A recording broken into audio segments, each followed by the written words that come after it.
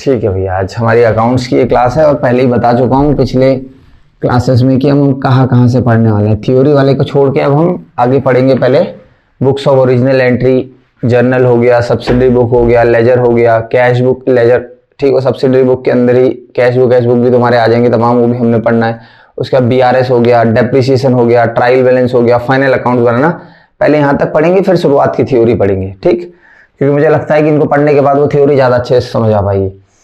तो आज हम स्टार्ट करने वाले हैं, चैप्टर का नाम वैसे हमारा होने वाला है books of original entry.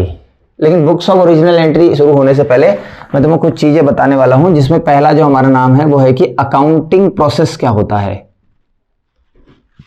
Accounting process, accounting process का मतलब जब आप अकाउंटेंट बनोगे कहीं, मान लो कि प्रैक्टिकली सोचना भाई, अपने को अगर किसी फर्म का या किसी बिजनेस का अकाउंटेंट मान के चलोगे तो बात ज़्यादा अच्छे से समझ में आएगी।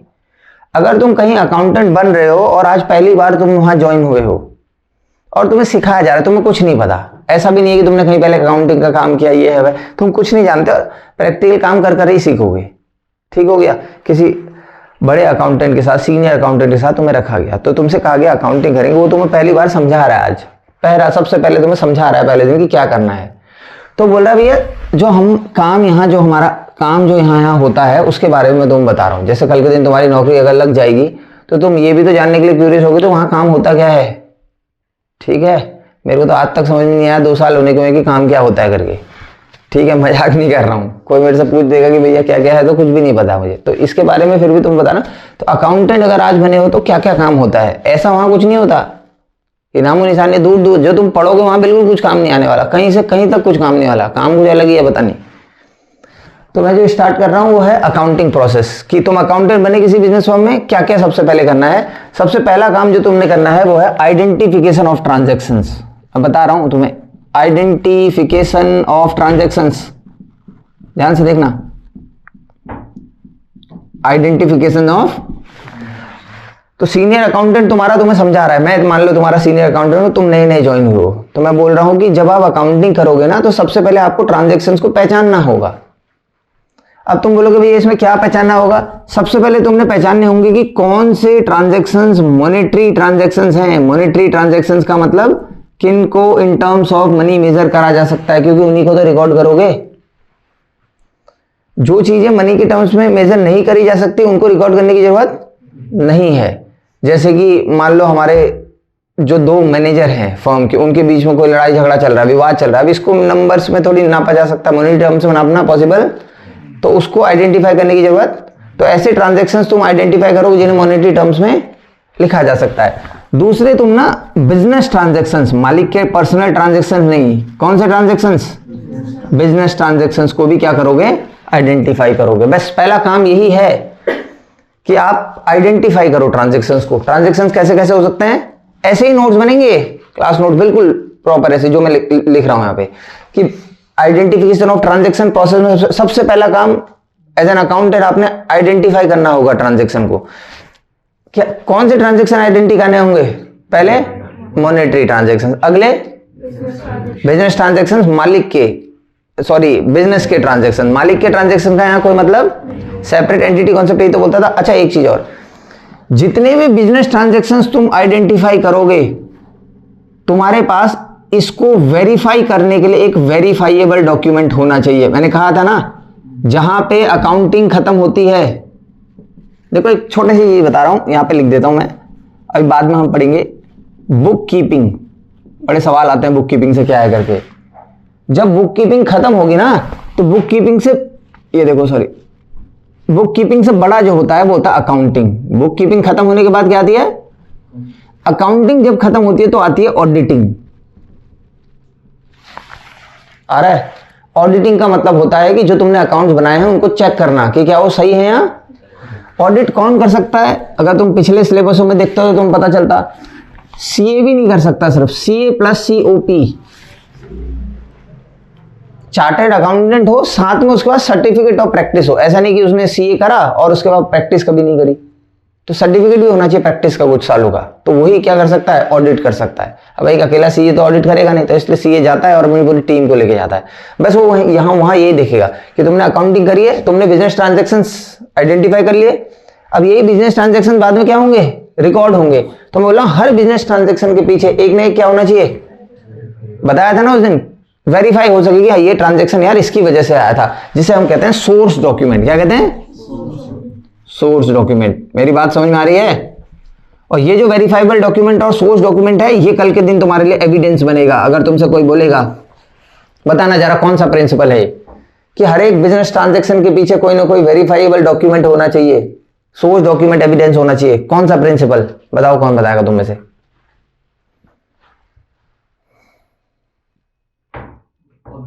ऑब्जेक्टिविटी। बिल्कुल सही। ऑब्जेक्टिविटी यही तो कहता था, अनबाइस्ड होके काम करो करके।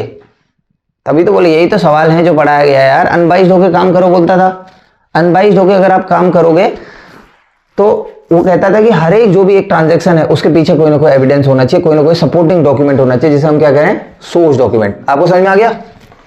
किसी को कोई दिक्कत तो नहीं अभी तक? तो सबसे पहले अकाउंटेंट बनोगे तो क्या करना है? Identification of. कैसे आइडेंटिफाई करना है कौन से ट्रांजेक्शन मॉनेटरी है, कौन से ट्रांजेक्शन, और फिर क्या होगा, जो बिजनेस ट्रांजेक्शन तुम लोग आइडेंटिफाई करोगे ना उसके पीछे एक ना एक सपोर्टिंग डॉक्यूमेंट जरूर होना चाहिए। सपोर्टिंग डॉक्यूमेंट कह लो, उसे वेरीफाइबल डॉक्यूमेंट कह लो, या क्या कह लो? सपोर्टिंग या एविडेंस कह लो। और उसका नाम क्या होता है? Source.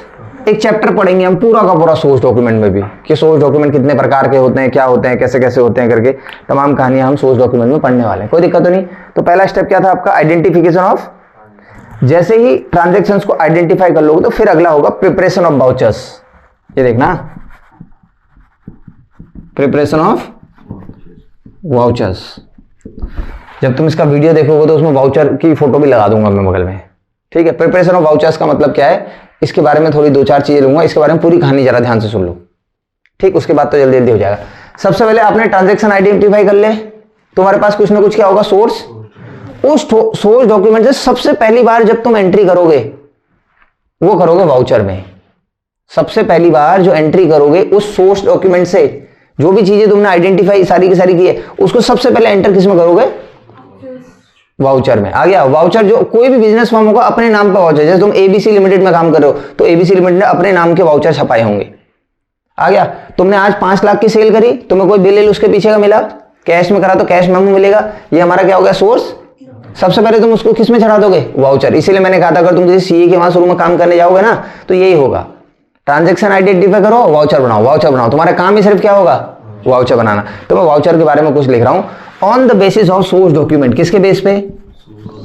On the basis of source document. ये लिखना है, ऐसे ही मैं भी तो लिख रहा हूं, तभी कहानी होगी। किसके बेस पे? पीछे था ना source document. On the basis of source document entries are first of all recorded on vouchers. Entries are first of all recorded on vouchers. देखो लिखा है, सबसे पहले आपने आइडेंटिफाई करा, सोर्स डॉक्यूमेंट मिले होंगे, फिर क्या करना हमने देखना जरा, उन सोर्स डॉक्यूमेंट के बेस पे मैं क्या बना रहा हूं। तो क्या लिखा है यहां देखो, on the basis of source document, उन सोर्स डॉक्यूमेंट के बेस पे entries are first of all recorded on vouchers. Entries कहां रिकॉर्ड होती है? उसके बाद ना इन वाउचर्स के बेस पे, and on the basis of these vouchers, ये जो वाउचर्स हैं इनके बेस पे एंट्रीज, जो एंट्रीज हम करते हैं, are made in books of original entry. यही आज का चैप्टर है हमारा, books of original entry. Original entry की बुक्स क्या होती है? जर्नल जो भी होते हैं। तो वाउचर के बारे में समझा रहा है। हम क्या पढ़ रहे हैं आज? अकाउंटिंग। क्या करना है अकाउंटिंग प्रोसेस में? सबसे पहले आइडेंटिफाई करो। आइडेंटिफाई कर लिया ना तुमने, कौन कौन से ट्रांजैक्शन को मैं रिकॉर्ड करूंगा, ये आइडेंटिफाई कर चुके, मन बना चुके हो, इनको रिकॉर्ड करूंगा। क्या जिनको रिकॉर्ड करना चाह रहे हो उसके पीछे एक सपोर्टिंग डॉक्यूमेंट होना चाहिए, उसका नाम। इस सोर्स डॉक्यूमेंट के बेस पे क्या बनाना है? हर सोर्स डॉक्यूमेंट जो भी तुम्हें पीछे से सोर्स डॉक्यूमेंट उससे एंट्री करोगे सबसे पहले किसमें? वाउचर में। तो लिखा है on the basis of source document, source document के बेस पे entries are first of all recorded on. कहानी टाइप की तो है, कहानी लगा रहे हैं और सब कुछ समझ में वाउचर्स में। फिर लिखा है फिर इन वाउचर्स के बेस पे क्या करोगे? बुक्स ऑफ ओरिजिनल एंट्री में पहली बार अकाउंटिंग होगी। समझ आ रहा है? बुक्स ऑफ ओरिजिनल एंट्री की अगर आप बात करोगे कौन कौन होते हैं, तो ये होते हैं आपका, एक होता है जर्नल और एक होता है सब्सिडियरी बुक्स। अभी हम इसको थोड़ी देर में और अच्छे से पढ़ेंगे, यहीं से आज हम शुरू कर रहे हैं, ये तो बेस बना रहा हूं मैं पीछे का। किसी को दिक्कत वाउचर के बारे में पता चला ना, ये ऐसे ही लिखा भी जाएगा पूरा का पूरा सेम। अगला एक चीज और लिखा है, vouchers are printed by every firm on their own names. Vouchers are printed by every firm on their own names. और तुम में से कोई बोलेगा भैया तो कभी आएगा नहीं, ना आए। हर चीज आने के लिए थोड़ी होती है, जो हम पढ़ेंगे सब कुछ थोड़ी आ जाएगा, कुछ समझ बनाने के लिए भी होगा ना, ठीक हो गया ना। इतना आइडिया मुझे भी होगा क्या आता है क्या नहीं आता, लेकिन ये सब जरूरी है। तो वाउचर्स के बारे में क्या क्या पढ़ा, सोर्स डॉक्यूमेंट के बेस पे बनते हैं। सबसे पहले एंट्री इन्हीं में होती है, इन्हीं के बेस पे आगे किसमें एंट्री होगी, बुक्स ऑफ ओरिजिनल एंट्री में। फिर जो वाउचर्स होते हैं हर फर्म किसके नाम पे बनाती है, अपने नाम के वाउचर्स हर फर्म छापा करती है, किसी को दिक्कत तो नहीं। ये एक और चीज, हर एक ट्रांजैक्शन के लिए जो भी तुमने ट्रांजैक्शन आइडेंटिफाई करा है ना, उसके लिए एक सेपरेट वाउचर बनेगा। आप समझ रहे हो, जो भी ट्रांजैक्शन तुमने मान लिए हैं कि ये ट्रांजैक्शन सारे के सारे रिकॉर्ड होंगे, एक एक ट्रांजैक्शन उठाओ, सबके लिए वाउचर बनाते आओ और यहाँ फेंकते आओगे भैया वाउचर बन रहे हैं, वाउचर बन रहे हैं सारे के सारे, कोई दिक्कत तो नहीं। अच्छा वाउचर क्या बताते हैं, आगे ना वाउचर में क्या एंट्री, देखो वाउचर में तुमने एंट्री करी, वाउचर में लिखा होगा कि कौन से अकाउंट को ये जो ट्रांजैक्शन है ना वो किस अकाउंट में डेबिट होगा और किस अकाउंट पे। ड्यूअल एस्पेक्ट पढ़ा था आपने कि हर एक ट्रांजैक्शन जो भी आप रिकॉर्ड करना चाहोगे उसको कम से कम दो जगह रिकॉर्ड करना पड़ेगा और दोनों का बैलेंस बराबर होगा, एक को डेबिट कर देंगे एक को। तो आपने अब आइडेंटिफाई कर लिया, आपने 5 लाख रुपए का सामान बेचा, आपने आइडेंटिफाई कर लिया, आपने कहा इसे रिकॉर्ड करूंगा, तो इसका फिर क्या बनाओगे, एक वाउचर। तो जब वाउचर बनाओगे तो उसमें लिखा होगा कि 5 लाख रुपए की अगर सेल करी तो किसको डेबिट करेंगे 5 लाख से और किसको, ये बहुत इंपॉर्टेंट है। तो वाउचर तुम्हें बता देता है। वाउचर की अगर मैं बात करना चाहूं, specify account to be debited और क्रेडिटेड, ये स्पेसिफाई करेगा अकाउंट टू बी डेबिटेड या फिर क्रेडिटेड। इसमें आपको ये भी पता चल जाएगा कौन सा अकाउंट डेबिटेड है और कौन सा। तो इसका मतलब अगर वाउचर बन गया तो एंट्री तो कोई वो भी कर देगा जिसको ज्यादा नॉलेज नहीं है। हाँ वाउचर में लिखा तो होगा कौन सा अकाउंट, 5 लाख रुपए का सामान बेचा, ट्रांजैक्शन है सेल ऑफ ₹5 लाख, तो वाउचर में एंट्री होगी ना, वाउचर में लिखा गया होगा कि भैया किसको डेबिट करे 5 लाख से और किसको। इस वाउचर के बेस पे ही तो आगे हमने जनरल एंट्री करनी है, कोई दिक्कत नहीं, बुक्स ऑफ ओरिजिनल एंट्री में लिखना है। अच्छा एक और चीज, ये जो आपने सोर्स डॉक्यूमेंट पढ़ा था इससे पहले, सोर्स डॉक्यूमेंट के बेस पे ही तो वाउचर बन रहा है, फिर उसके हम अटैच कर देते हैं वाउचर के साथ। जैसा आपने एक वाउचर बनाया, सेल करी 5 लाख का वाउचर बनाया, उस वाउचर के पीछे जो सोर्स डॉक्यूमेंट है उसको स्टेपल कर दिया जाएगा। ऐसे एक वाउचर को देखोगे तो उसमें लिखा होगा किसको डेबिट करा जाएगा किसको क्रेडिट, उसके पीछे पलटाओगे तो तुम्हें उसका सोर्स डॉक्यूमेंट में मिलेगा कि भैया यहां से इसके बेस पे क्या बनाए, वाउचर बनाए। इतनी मेरी बात समझ में आ गई। एक लास्ट चीज यहां से सवाल, ये तो बहुत डेप्थ में मैं बिल्कुल वाउचर के बारे में लिख के रखा हूं, आ गया, समय लगा है इसमें यार।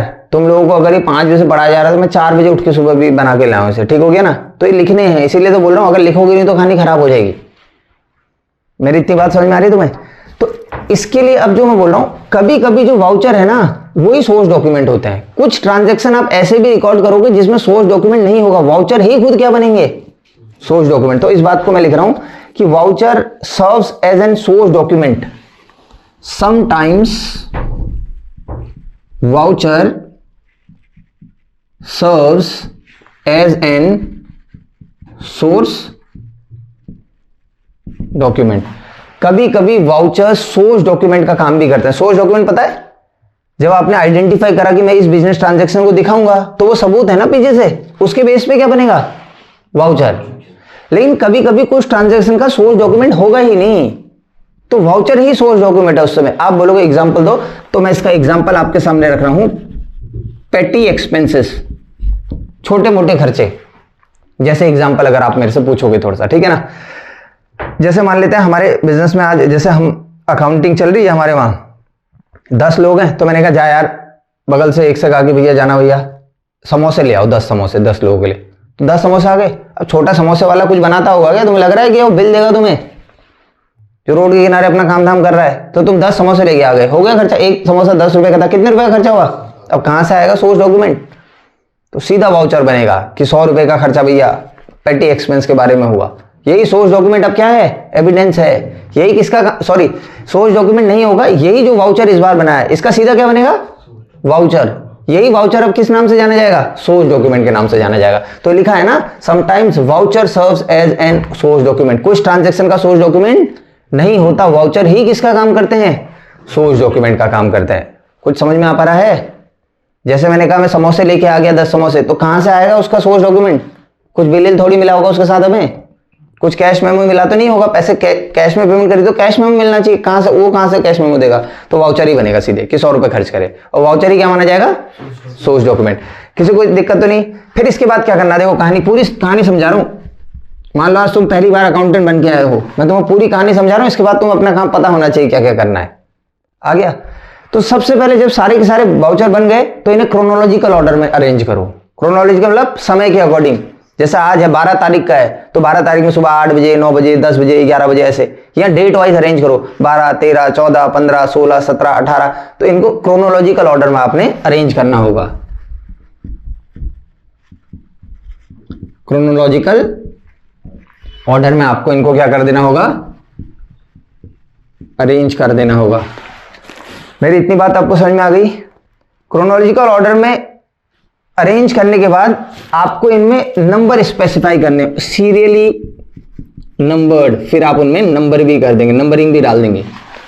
क्रोनोलॉजिकल ऑर्डर में अरेंज करके इतनी बड़ी गड्डी बन गई, नंबर डालना शुरू हो, voucher number 1, voucher number 2, voucher number 3, voucher number 4, ताकि जो इसके बाद अकाउंटिंग करे उसे पता है कि सीरियल नंबर वाइज है। थोड़ा इधर उधर भी कल के दिन हो गए, देखो मानो तुमने क्रोनोलॉजिकल ऑर्डर में लगा दिए, फिर इधर उधर हो गए मिक्स, फिर लगाओगे क्या? तो इससे बढ़िया नंबरिंग कर दी, तो नंबर के अकॉर्डिंग क्रोनोलॉजिकली अरेंज खुद ही हो जाएंगे। समझ आ गया? उसके बाद सभी को एक फाइल में अलग से रख दो, kept in a separate file. In अ,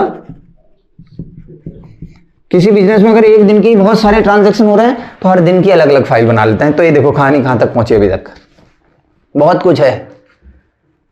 ठीक, पढ़ने के लिए तुम किताब कोई सी पढ़ो, अब इसके पीछे रेफरेंस मुझे कोई फर्क नहीं पड़ता, लेकिन मैं मानता हूं कि इतना लिख लिया तो इसके बाहर कुछ नहीं जाएगा। क्लियर हो गया? तो क्या लिखा है यहां देखना जरा, अकाउंटिंग प्रोसेस, आइडेंटिफिकेशन ऑफ। सबसे पहले अगर आप अकाउंटेंट बनोगे तो पहचानना है, असली में भी अकाउंटेंट कहीं बनोगे तो ऐसा ही होगा। यहां बनोगे ना सरकारी वाले में तो ऐसा कुछ नहीं होगा, यहां पता नहीं क्या होता, मुझे खुद ही समझ में नहीं आया। तो पहला काम क्या? आइडेंटिफिकेशन ऑफ, पहचानो। क्या पहचानोगे? कौन से ट्रांजेक्शंस मॉनेटरी हैं और कौन से ट्रांजेक्शंस बिजनेस ट्रांजेक्शंस हैं। हर एक बिजनेस ट्रांजैक्शन के पीछे कुछ ना कुछ वेरीफाइएबल डॉक्यूमेंट होना चाहिए, सपोर्टिंग डॉक्यूमेंट होना चाहिए, जिसे हम क्या कहते हैं? Source document. इसमें हम पूरा एक चैप्टर पढ़ेंगे, सोर्स डॉक्यूमेंट कौन कौन से। अच्छा, पहचान दिए, पहचान दी कि इनको मैंने क्या करना है? अकाउंट करना है। इनको मैं लिखूंगा, अकाउंट्स में शो करूंगा। उसके बाद जब आपने पहचान दिए तो उसके पीछे, उसके बाद क्या बनाओ? एक बहुत इंपॉर्टेंट चीज है वाउचर। आया? वाउचर बनाओगे, किससे बनाओगे? सोर्स डॉक्यूमेंट की मदद से। लिखा है on the basis of source. सबसे पहले एंट्रीज किस में होती हैं? इसी वाउचर में होती है। लिखा ना, entries are first of all recorded on and on the basis of these vouchers. इन वाउचर्स के बेस पे आगे एंट्री किस में होगी? बुक्स ऑफ ओरिजिनल एंट्री में, जर्नल में, सब्सिडरी बुक में। फिर यार voucher are printed by every firm on their own. अपने नाम पे तो छापने पड़ेंगे तभी तो एंट्री होगी। उसके बाद हर एक ट्रांजेक्शन का हर एक सेपरेट वाउचर बनेगा। उसके बाद वाउचर स्पेसिफाई करता है कौन से अकाउंट को डेबिट करा जाएगा और किस अकाउंट को, यही लिखोगे तुम वाउचर में। उसके बाद हर वाउचर के पीछे क्या लगा दोगे? सोर्स डॉक्यूमेंट लगा दिया स्टेबल करके। उसके बाद कभी कभी किसी चीज का सोर्स डॉक्यूमेंट होता ही नहीं तो वाउचर ही क्या होंगे? Source document. लिखा है sometimes voucher serves as source document. कब? In case of petty expenses. Example दिया ना, छोटे छोटे एक्सपेंसेस के। ये तो बहुत डेप्थ में पेपर पूछ रहे हैं, आधे हिला भी नहीं पाएंगे अगर पूछ जाए तो ऐसा ऐसा करके। तो ठीक हो गया ना। उसके बाद जो वाउचर्स हैं उनको क्रोनोलॉजिकली ऑर्डर में वो कर दो, ठीक हो गया ना। उसके बाद सीरियल नंबर उनमें डाल दो। सीरियल नंबर करने के बाद उन्हें एक सेपरेट फाइल में रखो। आ गया? तुम नए नए ज्वाइन आज हुए थे, मैंने तुमसे कहा तुम इतना करो, आ गया? इतना करने के बाद आगे कहानी मैं संभालूंगा। तुम मेरे को फाइल दे दोगे, अब मैं आगे अकाउंटिंग बनूंगा। वो टेक्निकल है ना, अभी तक कुछ गलती नहीं होनी चाहिए, वाउचर बने सिर्फ अभी तक। तो कितने इस प्रोसेस में कितनी चीजें हमने पढ़ ली? 2। पहला क्या करा? Identification of. दूसरा क्या करा? Preparation of. कहां तक पहुंच चुके हो? तुमने मुझे फाइल बना के दे दी है, तो मैंने कहा चलो भैया तुम तो ऐसा करो 2-3 महीने यही काम करो, फाइल बना के मुझे दो, वाउचर वाउचर बना के, लेकिन मैं फिर भी तुम्हें अपना काम आगे को बता देता हूँ। अब मैं तुमसे नहीं बोल रहा आगे करने के, अब मैं बता रहा हूँ कि मैं क्या करता हूँ आगे को। भैया समझ में आया? ये सवाल भी आते हैं। हाँ, बुक कीपिंग खत्म होती है तो क्या शुरू होता है? अकाउंटिंग खत्म होती है तो क्या शुरू होता है? ऑडिटिंग। ऑडिटिंग वाले जो अकाउंट बने हैं उनको चेक होंगे। समझ आ गया ना? ऑडिट हर जगह होता है, हर विभाग में होता है, हर बैंक में तुमने देखा होगा। ऑडिट कौन कर सकता है? ऑडिट मतलब चेक करना तुम्हारे बनाए हुए अकाउंट्स को। कौन? CA and. क्या जब भी वो तुमसे पूछेगा कि तुमने ट्रांजैक्शन बनाया है तो पूछेगा कुछ ना कुछ एविडेंस दो, तो एविडेंस क्या दोगे तुम? कोई ना कोई सोर्स डॉक्यूमेंट। तो सोर्स डॉक्यूमेंट जो होगा वही एविडेंस होगा, वो मान जाएगा कि हाँ एक फर्जीवाड़ा नहीं कर रहा है करके। ठीक है, इतना हो गया। अच्छा तीसरा, ठीक, तीसरा जो आपने करना होगा, रिकॉर्डिंग अब शुरू होगी। Recording in books of original. देखो कितना कमाल का क्वेश्चन यहां पे आ सकता है। अगर तुमसे पूछेगा सबसे पहले एंट्री कहां होती है, तो जवाब होगा वाउचर। सबसे पहले रिकॉर्डिंग कहां होती है, ऑथेंटिक रिकॉर्डिंग जो मानी जाती है ना, तो ओरिजिनल एंट्री की बुक्स में। यही तो सवाल आता है, बस यही अंतर है 12th तक वाली पढ़ाई में, कॉलेज वाली पढ़ाई में और ये सरकारी पेपर में। उसी सवाल को ऐसे घुमा फिरा के पूछेगा कि बात। अगर बोलेगा सबसे पहले एंट्री कहां होती है, कहां होती है? लेकिन अगर बोलेगा सबसे पहले रिकॉर्ड कहां करा जाता है, कोई दिक्कत तो नहीं। लेकिन ये पूछेगा नहीं कि सबसे पहले एंट्रीज कहां होती है करके, ठीक है ना? या अगर पूछेगा कौन सी बुक्स में सबसे पहले एंट्री होती है, तो भी तुम्हें क्या लिखना पड़ेगा? यही बुक्स ऑफ ओरिजिनल एंट्री में, क्योंकि वो बुक थोड़ी है, वो वाउचर तो खाली कागज का टुकड़ा है। कौन सी बुक्स में सबसे पहले एंट्री होगी बोलेगा तो बुक्स ऑफ ओरिजिनल एंट्री में ही होगा। आ गया? बोलेगा सबसे पहले रिकॉर्डिंग कहां होती है, बुक्स ऑफ। लेकिन अगर सिर्फ पूछेगा सबसे पहले एंट्री कहां होती है सिर्फ, तो वाउचर्स में। अगर वाउचर और बुक्स ऑफ ओरिजिनल एंट्री दोनों दिए होंगे तो वाउचर लगा के आना। आ गया? अगर वाउचर दिया ही नहीं है, उसमें भी बुक्स ऑफ ओरिजिनल एंट्री दिया, तो फिर क्या करेंगे? बुक्स ऑफ, ये बाद में बात करेंगे। लिखा है recording in books of original. अच्छा, बुक्स ऑफ ओरिजिनल एंट्री में कौन कौन आते हैं, मेरी बात ध्यान से देखो। यहाँ बुक्स ऑफ ओरिजिनल एंट्री में अगर आप बात करोगे तो इसमें एक तो आते हैं हमारे कौन? जर्नल। क्या आते हैं? जनरल एंट्रीज नहीं बोला, जनरल। जनरल इस टाइप की एक कॉपी होगी, ठीक है ना? ऐसी कॉपी एक मेरे को देखने को मिली, इस कॉपी को जनरल है। ये मान लो प्लेन है, अंदर से जनरल है। तो मैं अब तुम्हें अपना काम बता रहा हूं। मैं तुम्हें बोल रहा हूं कि जब आप वाउचर बना दोगे तो वाउचर बनाने के बाद में बुक्स ऑफ ओरिजिनल एंट्री में इनको लिखूंगा। किसमें लिखूंगा? लिखा है recording in books of original. मैं तुम्हें बुक्स ऑफ ओरिजिनल एंट्री खोल के दिखाऊंगा। बोला ये देखो, अंदर बिल्कुल प्लेन पन्ने, इसके बाहर से लिखा होगा जर्नल। क्या? जर्नल की किताब कॉपी है। किसकी किताब कॉपी है? इसमें जनरल एंट्री करी जाती है। जनरल एंट्री अलग है, जनरल अलग है। इसलिए जब हम लिखते थे तो ऊपर जनरल एंट्रीज नहीं लिखते थे, क्या लिखते थे सिर्फ। मेरी इतनी बात समझ में आ गई आपको? तो जनरल तक मैं आपको पहुंचा चुका हूं कि जनरल क्या होता है करके। अच्छा एक चीज और बता दो, जनरल के साथ साथ ना बुक्स ऑफ ओरिजिनल एंट्री में एक चीज और बनते हैं जिन्हें कहते हैं सब्सिडियरी। अच्छा मैंने क्या कहा था तुम्हें? मैंने कहा था अगर तुम्हारा बिजनेस फर्म छोटा है, छोटा बिजनेस फर्म है, तो आप क्या बनाओ? जनरल। छोटी बिजनेस बुक, छोटी है तो हर ट्रांजैक्शन के जनरल करते रहो, हर एक के लिए हो सकता है। लेकिन अगर तुम्हारे बहुत मैसिव स्केल पे काम होता है, बहुत ज्यादा ट्रांजैक्शन है, बड़ी फर्म है, तो हर चीज का जनरल करना पॉसिबल। हर छोटे से छोटे ट्रांजैक्शन का जनरल होगा तो कितने जनरल नहीं हो जाएंगे?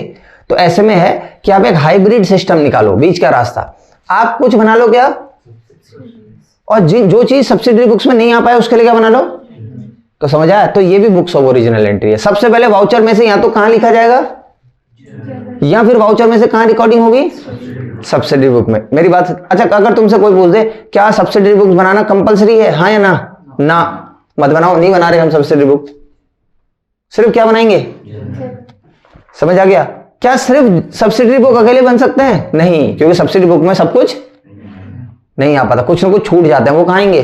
जनरल में। तो बड़ी फर्म जो होती है सब्सिडरी बुक्स बनाती हैं, जो नहीं हो पाता वो उसमें लिखती है। अच्छा एक चीज और बता रहा हूं, ये सवाल आ सकता है, यही सवाल आते हैं। सब्सिडरी बुक्स को स्पेशल जर्नल के नाम से भी जाना जाता है। क्या कहा जाता है? स्पेशल जर्नल किसे कहा जाता है? सब्सिडरी बुक्स को। कोई दिक्कत तो नहीं? अच्छा एक टर्म और, एक और अच्छा टर्म यहां पे मैं खींच के लाऊं, इसके बारे में भी ध्यान सुनना। Recording of transaction in special journal. Recording of transactions, आप ट्रांजेक्शंस को कहां रिकॉर्ड कर रहे हो? Recording of in special journal. जब आप स्पेशल जर्नल में ट्रांजैक्शंस को रिकॉर्ड कर रहे हो, instead of journal only. Instead of journal only. जो छोटी फर्म होती है वो सिर्फ किस में काम चला लेती हैं, लेकिन तुम्हारी मान लो बड़ी फर्म है तो तुम सिर्फ जर्नल में रिकॉर्ड नहीं कर रहे हो, तुम जर्नल के साथ साथ किस में रिकॉर्ड कर रहे हो, सब्सिडरी बुक्स में, या जिनका क्या नाम है, तो लिख रहा है recording of transactions in special journal. आप स्पेशल जर्नल में अगर ट्रांजैक्शन रिकॉर्ड करो इंस्टीड ऑफ जर्नल ओनली, सिर्फ जर्नल में करने के बजाय तुम सब्सिडरी बुक्स का भी सहारा ले रहे हो। तो ये जरा इसको देखो, सब्सिडरी बुक्स, सब्सिडरी बुक्स में हम किसकी बात कर रहे हैं, सब्सिडरी बुक्स को किस नाम से जाना जाता है, तो एक स्टेटमेंट नीचे लिखा है कि recording of transaction in special journal instead of journal only. मतलब आप जर्नल के अलावा सिर्फ जर्नल ना बना के आप किस में भी रिकॉर्ड कर रहे हो, इसमें भी रिकॉर्ड कर रहे हो अगर सब्सिडरी बुक में, तो इसे कहा जाता है practical system of book keeping. क्या कहा जाता है, प्रैक्टिकल सिस्टम ऑफ, जर्नल नहीं कहा जाता। यहीं पे थोड़ा सा गलती हो रही है, तो लिखा है सब्सिडरी बुक्स स्पेशल जर्नल, तो ये टर्म आ सकता है कि practical system of book keeping क्या है। Practical system of book keeping का मतलब है कि आप सिर्फ जर्नल ना बना के साथ साथ में क्या बना रहे हो, सब्सिडरी बुक। जो बड़ी फर्म है आपकी, जो बड़े बड़े ट्रांजैक्शन हो सारे सब्सिडरी बुक्स में डाल दे रहे हो, और जो बच्चे कुछ ट्रांजैक्शन उनको कहां डाल रहे हो, जर्नल में। तो ये सवाल देखो, दो सवाल हैं यहां से कि सब्सिडरी बुक्स का पहला नाम, अगर तुम सिर्फ जर्नल में रिकॉर्ड ना करके सब्सिडरी बुक्स या स्पेशल जर्नल का भी सहारा ले रहे हो, तो इसे कहेंगे practical system of book keeping. क्या कहेंगे, लिखा है ना recording of transactions in special journal, record करना ट्रांजैक्शन को स्पेशल जर्नल में इंस्टीड ऑफ जर्नल ओनली, सिर्फ जर्नल के अलावा, is called practical system of book keeping. तो कितने चीजें हो गई अभी तक, 3, recording in books of original and number 4th, इसके बाद जो काम होता है वो होता है posting in to laser.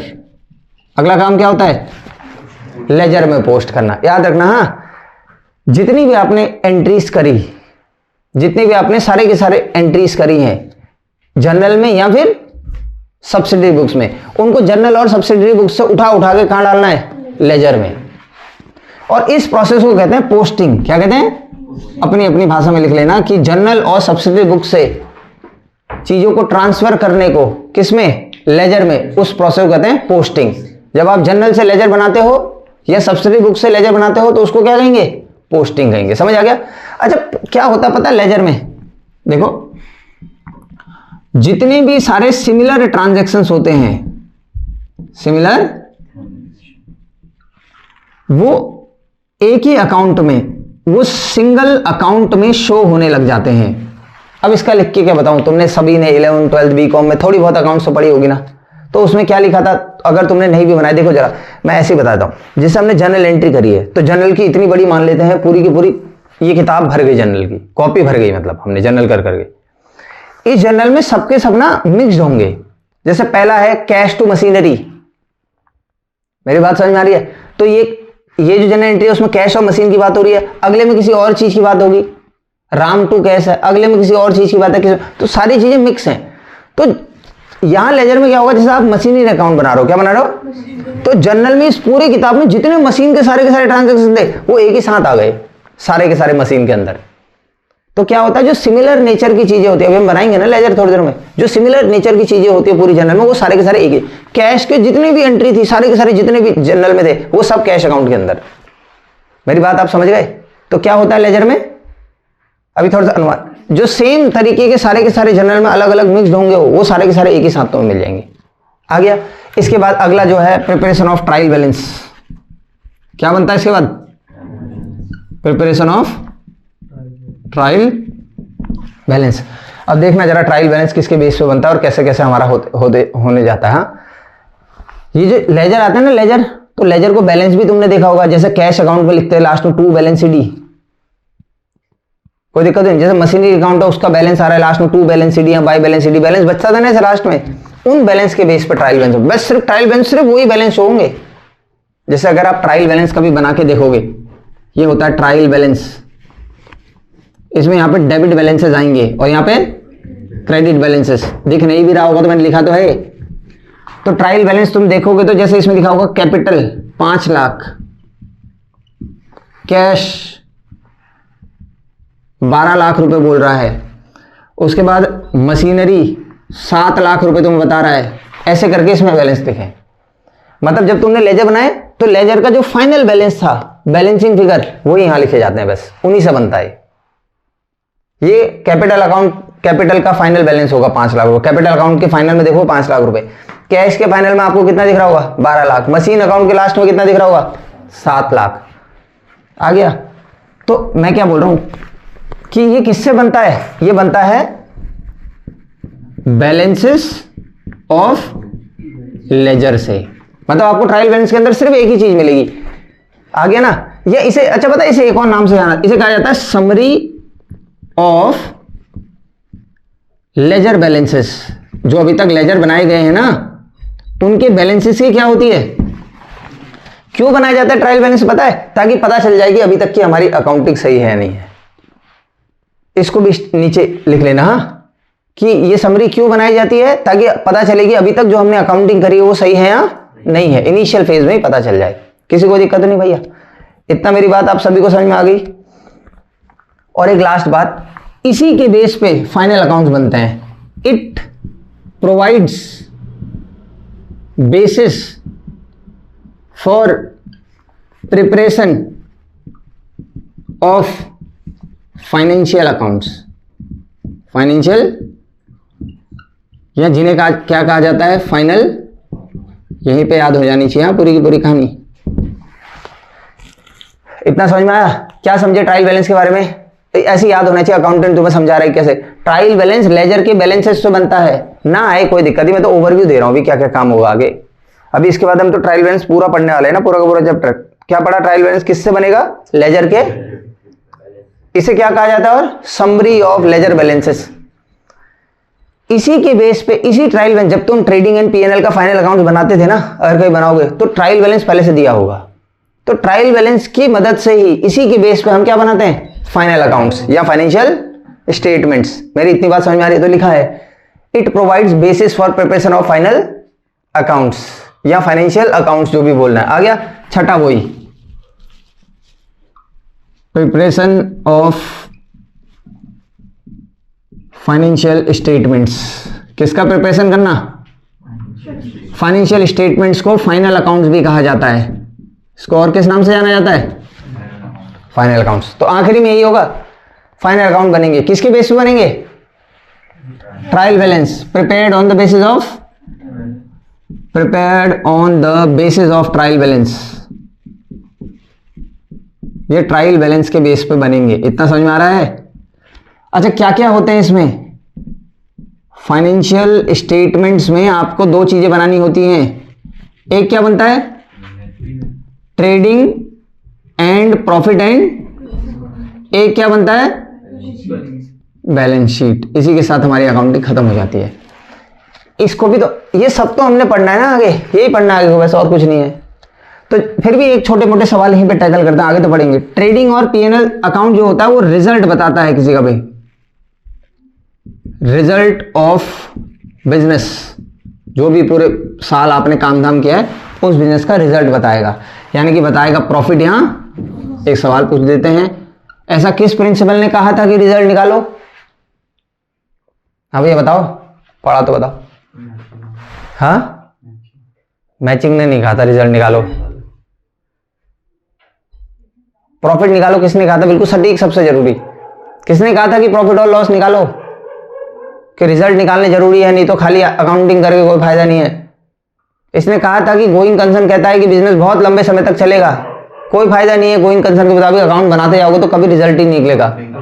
Accounting period concept ने कहा था कि बिजनेस, वो वाला तो कहता है कि गोइंग कंसर्न तो कहता है कि बिजनेस बहुत लंबे समय के लिए चलेगा, चलते रहेगा, लेकिन इसको तोड़ लो कुछ हिस्सों में और हर हिस्से के लास्ट में बिजनेस का क्या निकलेगा? प्रॉफिट या लॉस रिजल्ट। तभी तो ये इंफॉर्मेशन जरूरी होगी यूजर्स के लिए। तो ट्रेडिंग और पीएनएल आपको क्या बताता है? रिजल्ट्स ऑफ बिजनेस, यानी कि प्रॉफिट या, और साथ में अगर बैलेंस शीट की बात करोगे तो ये बताता है आपको फाइनेंशियल पोजीशन। क्या बताता है? फाइनेंशियल पोजीशन बताता है। फाइनेंशियल पोजीशन मतलब इस बिजनेस के हालात कैसे हैं आज, इसके पास कितने एसेट्स हैं और कितनी लायबिलिटी। तो सवाल सीधा आता है कि बैलेंस शीट क्या बताता है? बैलेंस शीट फाइनेंशियल पोजीशन बताता है। ये उस दिन बात करेंगे जब हम फाइनल अकाउंट शुरू करेंगे। कोई दिक्कत किसी को तो नहीं? इसी के साथ हमारी अकाउंटिंग प्रोसेस खत्म हुआ। तुम्हें बता दिया गया कि अकाउंटिंग कैसे कैसे होगी। याद हो गया? 5 के 5 स्टेप याद हुए नहीं? पहला आइडेंटिफाई करोगे ट्रांजैक्शंस को, उसके बाद वाउचर बनाओगे, उसके बाद किसमें? बुक्स ऑफ ओरिजिनल एंट्री में वाउचर के बेस पे एंट्री हो। बुक्स ऑफ ओरिजिनल एंट्री में कितने नाम होते हैं? जनरल और स्पेशल जनरल। जैसे क्या कहता है सब्सिडरी। एक टर्म और आया था कि अगर आप बजाय इसके कि सिर्फ जनरल के आप क्या सब्सिडरी बुक में भी चीज कर रहे हो तो उसे क्या कहा जाता था? Practical system of book keeping. पूछा जा सकता है practical system of book keeping क्या है? सब्सिडरी बुक बनाना। सीधा पूछ देगा। Practical system of book keeping का मतलब क्या है? सब्सिडरी बुक बनाना। उसके बाद क्या करोगे? जब बुक्स ऑफ ओरिजिनल एंट्री बन गया तो फिर उन सभी को क्या करोगे? लेजर में क्या मिलेगा? जितने भी वहां बिखरे बिखरे ट्रांजेक्शन, वहां तो मिक्स ट्रांजेक्शन देना, वो सारे एक ही हेड के नीचे मिल जाएंगे, सेम ट्रांजेक्शन। ये होता है लेजर बनाने का फायदा। और फिर लेजर का बैलेंस निकाल देंगे। इस प्रोसेस को क्या कहते हैं? जनरल या सब्सिडी बुक से पोस्टिंग। क्या सिर्फ जनरल से पोस्टिंग होती है? सब्सिडी बुक से पोस्टिंग होती है? क्योंकि जिसने सब्सिडी बुक बनाई होगी उसको जनरल में थोड़ी लिखा होगा, उसको कहां से लगाओ अकाउंट्स में? पोस्टिंग सब्सिडी बुक से ही करोगे। तो ये भी सीखेंगे हम। उसके बाद अगला प्रिपरेशन ऑफ ट्रायल बैलेंस। किसके बेस पे बनेगा? जो लेजर के फाइनल बैलेंस थे खाली वो टाइप देने ट्रायल बैलेंस पे लिखा तो था, बनाया था बीच में आ गया। इसे समरी कहते हैं लेजर बैलेंसेस की, कि लेजर के बैलेंस। अगर तुम्हें सिर्फ लेजर के बैलेंस देखना है कि भैया किस लेजर का कितना बैलेंस है तो क्या देख लो जाके? ट्रायल बैलेंस देख लो। और ये बेस बनता है किसके लिए? प्रिपरेशन ऑफ फाइनेंशियल अकाउंट्स या फाइनल अकाउंट्स। आखिरी में फाइनल अकाउंट्स बनाए जाते हैं भाई। फाइनल अकाउंट्स में कितनी चीजें बनती हैं? दो, ट्रेडिंग एंड प्रॉफिट एंड, और अगला trading and profit and loss account को रिजल्ट्स बताता है, प्रॉफिट और लॉस। और वो क्या बताता है? Financial position. मेरी बात समझ में आ रही है? जैसे एक छोटा सा अगर इन दोनों में तुम एग्जांपल दो, अगर तुम सुनना ही चाह रहे हो तो मैं बता देता हूं यार, ठीक है। जैसे तुमने देखा होगा किसी की शादी होती है ना, जैसे किसी लड़की की शादी तय करी जा रही है तो लड़की के घर वाले जो है लड़कों से दोनों चीज देखेंगे कि आज कितना कमाता है। तो ये क्या देखा जा रहा है? प्रॉफिट या यही तो है। जब तुम किसी बिजनेस में पैसा काम करो तुम देखोगे बिजनेस अभी कितना कमा रहा है, रिसेंट ट्रेंड क्या है, प्रॉफिट हो रहा है यहाँ। तो वैसे ही ये एग्जांपल वो वाला सही है कि लड़की के घर वाले जब देखेंगे तो पहला देखेंगे आज कितना पैसा कमा रहा है, इनकम। दूसरा सिर्फ इनकम से नहीं चलेगा कि आज उसकी इनकम ठीक है, 2-3 लाख रुपए पर मंथ कमा रहा है। फिर ये देखेंगे उसके बाद प्रॉपर्टी कितनी, मतलब पहले से जुड़ा हुआ कुछ है नहीं है, जिसको कहते हैं वेल्थ। तो ये तो रहा फाइनेंशियल। तुम भी किसी बिजनेस में यही तो देखोगे कि आज कितना कमा रहा है, प्रॉफिट और loss, result of the business. और भैया पीछे कितनी संपत्ति, कितने एसेट है इसके पास, कितनी लायबिलिटी है। तो वही तो लड़की वाले भी जो कर रहे हैं, एग्जांपल परफेक्ट ऐसे याद रखना। ऐसे आज की इनकम देखोगे, दूसरा वेल्थ भी देखोगे, घर है नहीं है, ये तमाम चीजें कितना कितना है। तो यहां तक अभी हम पहुंच गए। उम्मीद कर रहा हूं कि छठा स्टेप था प्रिपरेशन ऑफ फाइनेंशियल स्टेटमेंट आ गया। अब मेरा चैप्टर शुरू होगा आज से, बुक्स ऑफ ओरिजिनल एंट्री। मैं तो ये बेस बना रहा था खाली। अच्छा क्या क्या रह गया? फिर तुम बोलोगे भैया बुक्स ऑफ ओरिजिनल एंट्री से पहले भी 2 चीजें थी, आइडेंटिफिकेशन ऑफ बिजनेस ट्रांजैक्शन, ऐसा कोई चैप्टर इसमें क्या है? फिर उसके बाद एक चैप्टर है क्या बनाना? वाउचर्स। तो वाउचर बनाना आपको सिखाया जाएगा, सोर्स डॉक्यूमेंट ये भी पढ़ाया जाएगा। आ गया? ठीक है। अब तो शुरुआत कर रहे हैं हम, धीरे धीरे आगे बढ़ेंगे, मजा आएगा तुम आगे पढ़ने में। और तो स्टार्ट करते हैं। बुक्स ऑफ ओरिजिनल एंट्री लिखो प्लीज यार, जितना लिखोगे ना उतना ज्यादा समझ में आएगा। अगर तुम्हें लगता है ये जो पुराना ये जो वाला जमाना है ना कि पीडीएफ देख के एक पीडीएफ इधर से देख के उससे नहीं होगा। पहली बार एक बार जितना मैं लिखा रहा हूं पूरा पूरा लिख लो। उसके बाद भी अगर तुम्हारे पास समय बचा सिलेबस खत्म होने के बाद, या तुम घर में इसमें और पढ़ रहे हो, कहीं गूगल से सर्च कर कुछ नई चीजें डालना, इन्हीं नोट्स में बगल में लिख दो ना। कुछ नहीं आ रहा तो मेरे से पूछ लो कि यहाँ पर क्या है करके, तो वो करना है। ये तो बेसिक है ही है। बेसिक क्वेश्चन भी अगर तुम सही करके आ गए ना तो भी सिलेक्शन हो जाना है, यहाँ पक्की बात है। हर पेपर का ये है, सिलेक्शन का सबसे पहला तरीका ये है कि बेसिक क्वेश्चन एक भी गलत नहीं होना चाहिए। जो सबको आते हैं वो तुम्हें बिल्कुल आने चाहिए और सब सही भी होने चाहिए। उसके अलावा 2-4 क्वेश्चन तुम्हें और आ जाए एडवांस लेवल के। आगे बढ़े तो आज का हमारा चैप्टर है बुक्स ऑफ ओरिजिनल एंट्री। क्या नाम है? लेकिन बुक्स ऑफ ओरिजिनल एंट्री, ठीक है। बुक्स ऑफ ओरिजिनल एंट्री से पहले भी कुछ मुझे तुम्हें बताना पड़ेगा, ठीक। बुक्स ऑफ ओरिजिनल एंट्री खासकर हम जर्नल आज शुरू कर रहे हैं। क्या कर रहे हैं? तो भाई जनरल में जब आप अकाउंटिंग करना शुरू, चलो ये ठीक यहीं से कनेक्ट करता हूं यार। बुक्स ऑफ ओरिजिनल कितनी चीजें बनती है इसमें? पहला जनरल, अगला स्पेशल जनरल बोलो पहले ताकि नाम तो याद हो। अगला स्पेशल जनरल को और क्या कहते हैं? बोलते रहो तभी तो यार। सब्सिडियरी बुक्स जब पढ़ेंगे तभी बोलेंगे कि इसमें क्या क्या होता है। सब्सिडियरी कंपलसरी है क्या? सब्सिडियरी बुक बनाओ ना, ऐसा कुछ भी नहीं है। हो गया भाई। तो अभी दोनों थोड़ी शुरू हो जाएंगे एक बार में। तो अभी हमारा जो चैप्टर शुरू होगा वो क्या होगा? जर्नल। क्या शुरू कर रहे हैं आज? मेरी इतनी बात समझ में आ गई? किसी को दिक्कत तो नहीं? जनरल शुरू करने से पहले भी मुझे कुछ चीजें बताना पड़ेगा। अच्छा, एक जो तुम अपना सिलेबस देखो ना, उसमें सिस्टम, डबल एंट्री सिस्टम पढ़ो करके एक चैप्टर है डबल एंट्री। उस चैप्टर में कुछ नहीं होता, डबल एंट्री सिस्टम अलग से कोई चैप्टर नहीं पढ़ा जाएगा, याद रखना। ये जो चीजें मैं बीच बीच में निकाल रहा हूं, जैसे ये जो चीज पढ़ा रहा हूं, ये डबल एंट्री सिस्टम में आएगा। डबल एंट्री सिस्टम मतलब कि भैया डबल एंट्री कैसे होती है, जो दो दो वाला ड्रामा कर रहे हो कैसे होता है, तो ये टॉपिक उसी के अंदर आएगा। तो जनरल में शुरू कर रहा हूं आज। जनरल के अंदर जो अभी मैं तुम्हें पढ़ा रहा हूं, मैं अभी पढ़ा रहा हूं क्लासिफिकेशन ऑफ अकाउंट्स। क्या पढ़ा रहा हूं? Classification of. ये जो डबल एंट्री सिस्टम वाला तुम्हारा चैप्टर है, उसके अंदर तुम्हें देखने को मिलेगा, लेकिन यहां जनरल में जरूरी है तो इसलिए मुझे पढ़ाना पड़ेगा। मैं बीच बीच से खींच ले रहा हूं अपनी चीजें, ठीक। जैसे जैसे पढ़ाऊंगा ध्यान से पढ़ते। तो आज हम कौन सा चैप्टर स्टार्ट कर रहे हैं? जनरल। जनरल किसके अंदर आता है? Books of. इन्हें बुक्स ऑफ ओरिजिन एंट्री क्यों कहा गया?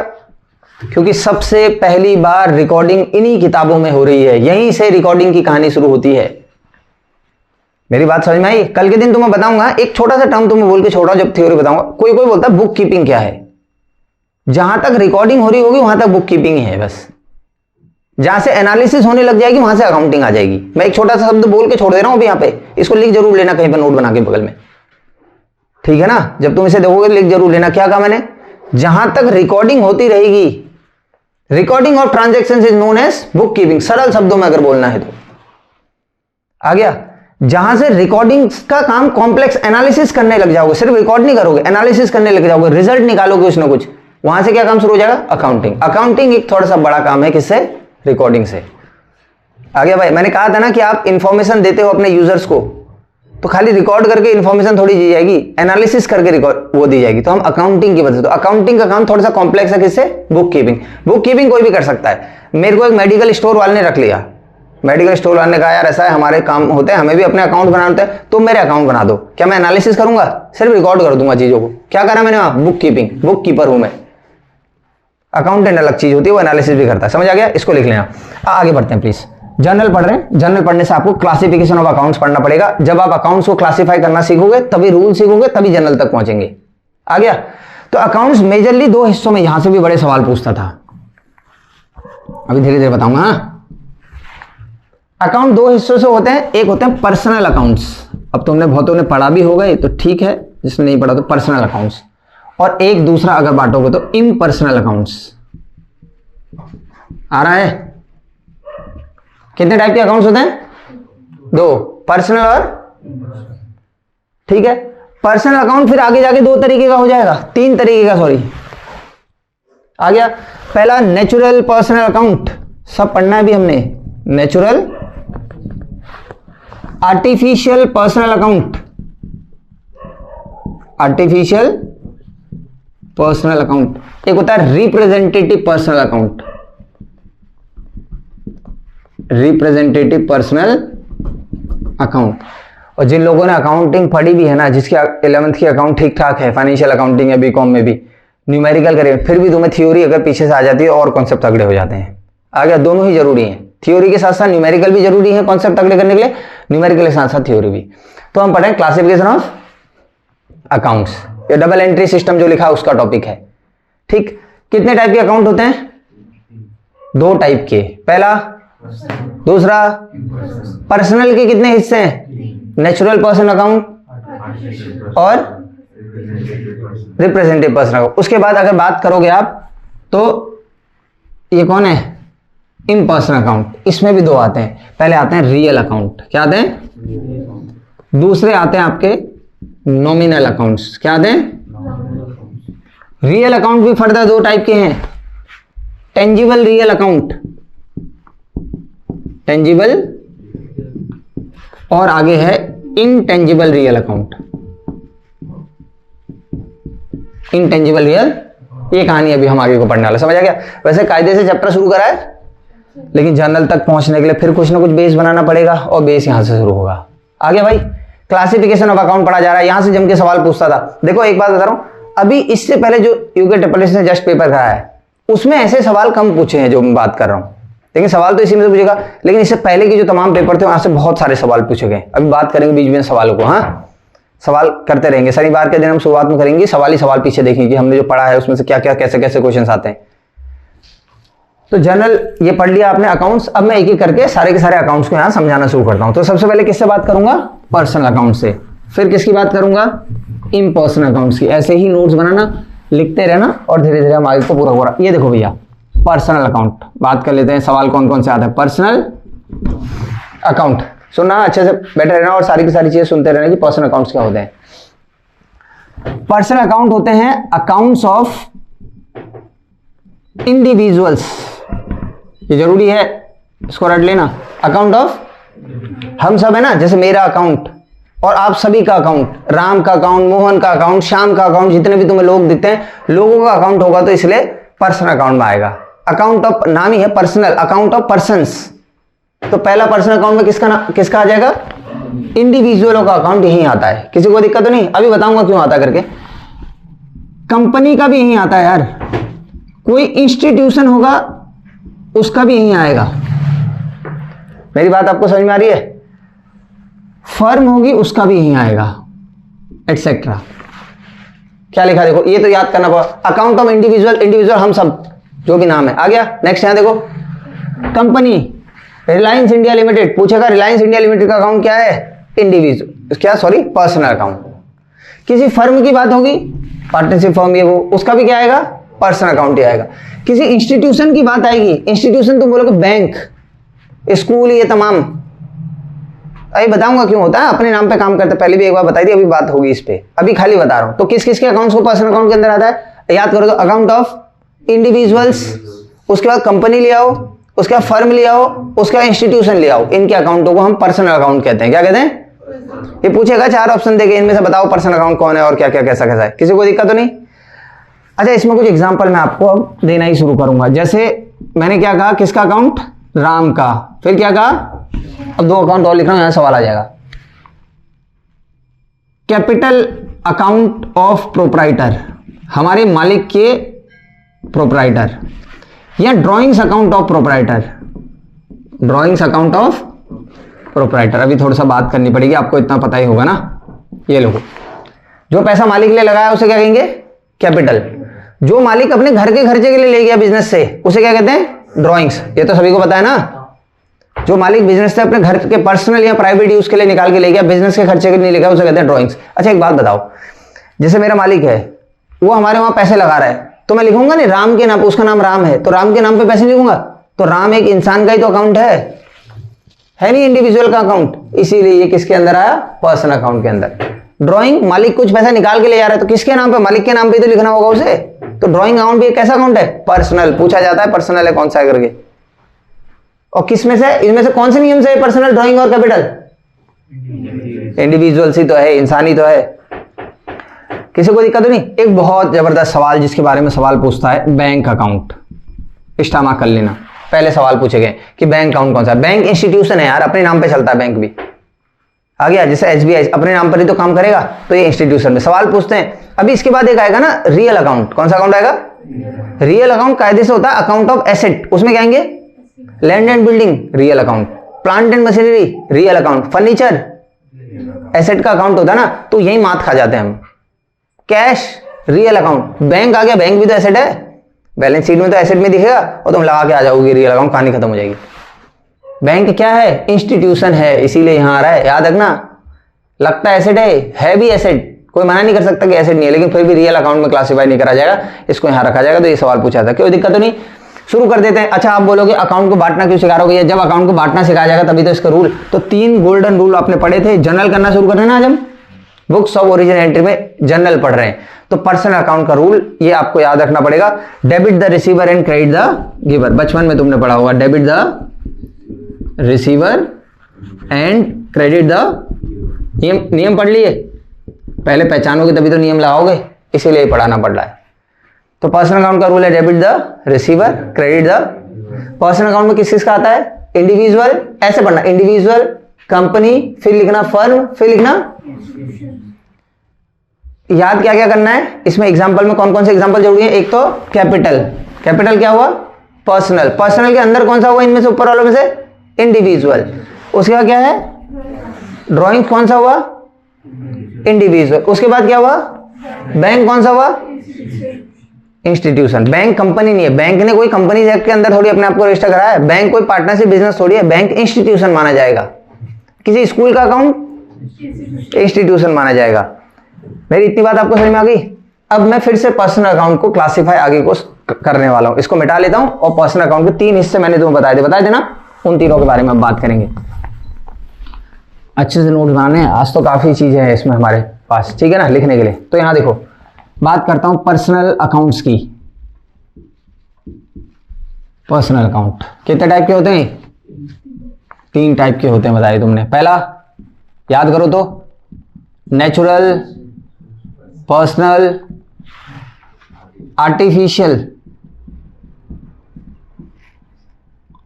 पर्सनल। तीसरा रिप्रेजेंटेटिव पर्सनल अकाउंट। किसी को दिक्कत? नेचुरल पर्सनल अकाउंट क्या होते हैं भैया? नेचुरल मतलब जो नेचर ने दिए हैं यार, हम सब। ऊपर मैंने 4 नाम लिखे थे, याद है तुम्हें? एक नाम लिखा था क्या? इंडिविजुअल। भैया इसी में तो आएंगे इंडिविजुअल। इंडिविजुअल जो है वो सब भगवान ने ही तो बनाया, नेचर ने ही तो प्रोवाइड करा है, इंडिविजुअल इसमें आएंगे। अच्छा, उसके बाद क्या था? कंपनी। क्या कंपनी नेचर ने पैदा की है क्या? कंपनी 2013 में अंदर। पार्टनरशिप भगवान ने पैदा किया क्या? पार्टनरशिप भी नहीं आएगा इसमें। उसके बाद अगला क्या है? इंस्टीट्यूशन। इंस्टीट्यूशन भी इसमें नेचुरल में एक ही होगा। कौन? इंडिविजुअल्स। नेचुरल का मतलब आप समझ चुके हो, मैं थोड़ा बाद लिख दो। Account of natural persons. किसका अकाउंट इसमें आएगा? Account of natural persons. किसी को दिक्कत? तो अकाउंट ऑफ नेचुरल पर्संस इसमें आने वाला है। और तुम्हें पता चल गया कि नेचुरल पर्संस कौन कौन से हमारे सामने होते हैं। आ गया? नेचुरल पर्सन में सिर्फ ऊपर से क्लासिफाई करेंगे तो कौन आएगा? नेचुरल पर्सन मतलब जो नेचर ने दिए गए हैं। एग्जाम्पल इसके अंदर लिख दूं? कुछ एग्जाम्पल्स हमें यहाँ पे लिखने पड़ेंगे यार नेचुरल के अंदर। राम, श्याम, मोहन, खुद लिखते रहना, मैं नहीं लिख रहा हूं। राम का अकाउंट, श्याम का अकाउंट, मोहन का अकाउंट, प्रोप्राइटर का कैपिटल अकाउंट भी आएगा। हाँ, वो भी तो वही है, नेचुरल पर्सन ही तो है। जैसे मालिक का कुछ ना कुछ नाम तो होगा। क्या ड्रॉइंग अकाउंट भी आएगा? 2 नाम और लिख दे रहा हूं यहाँ पे, जो मैं लिख दे रहा हूं, बाकी तुम जो मैंने बोले वो लिख लेना वीडियो से देख के। डेटर्स और क्रेडिटर्स अकाउंट। डेटर्स और लिखना अच्छे से। अच्छा, डेटर्स कौन होते हैं? जिनसे हमने पैसा, ये भी एसेट लगते हैं और इसे भी लोग कहां लगाते हैं? रियल में। डेटर्स, लेकिन जिनसे पैसा आपने लेना उनके नाम तो होंगे कुछ ना कुछ, तो डेटर्स अकाउंट यहां आ जाएगा। कोई दिक्कत? नेक्स्ट, क्रेडिटर्स, जिनको आपने पैसा, कुछ ना कुछ नाम तो होगा, तो ये भी कहां आ जाएगा? किसी को दिक्कत तो नहीं? तो इतना अभी तक हम पढ़ चुके हैं कि डेटर्स और क्रेडिटर्स भी यहाँ आ जाएंगे, ठीक है। इसमें थोड़ा बहुत विवाद है, अभी थोड़ा इनको आगे जाके और समझाऊंगा डेटर्स और क्रेडिटर्स को। ये ओकेशनली बदलते भी रहते हैं, लेकिन अगर ऑप्शन आया कि डेटा और क्रेडिटर कहाँ आएंगे तो यहीं लगाओगे सबसे पहले। कहाँ? Personal account. नेक्स्ट आगे बढ़ते हैं, आर्टिफिशियल पर्सनल अकाउंट। मैं एक बात बताता हूँ तुम्हें, ध्यान सुना।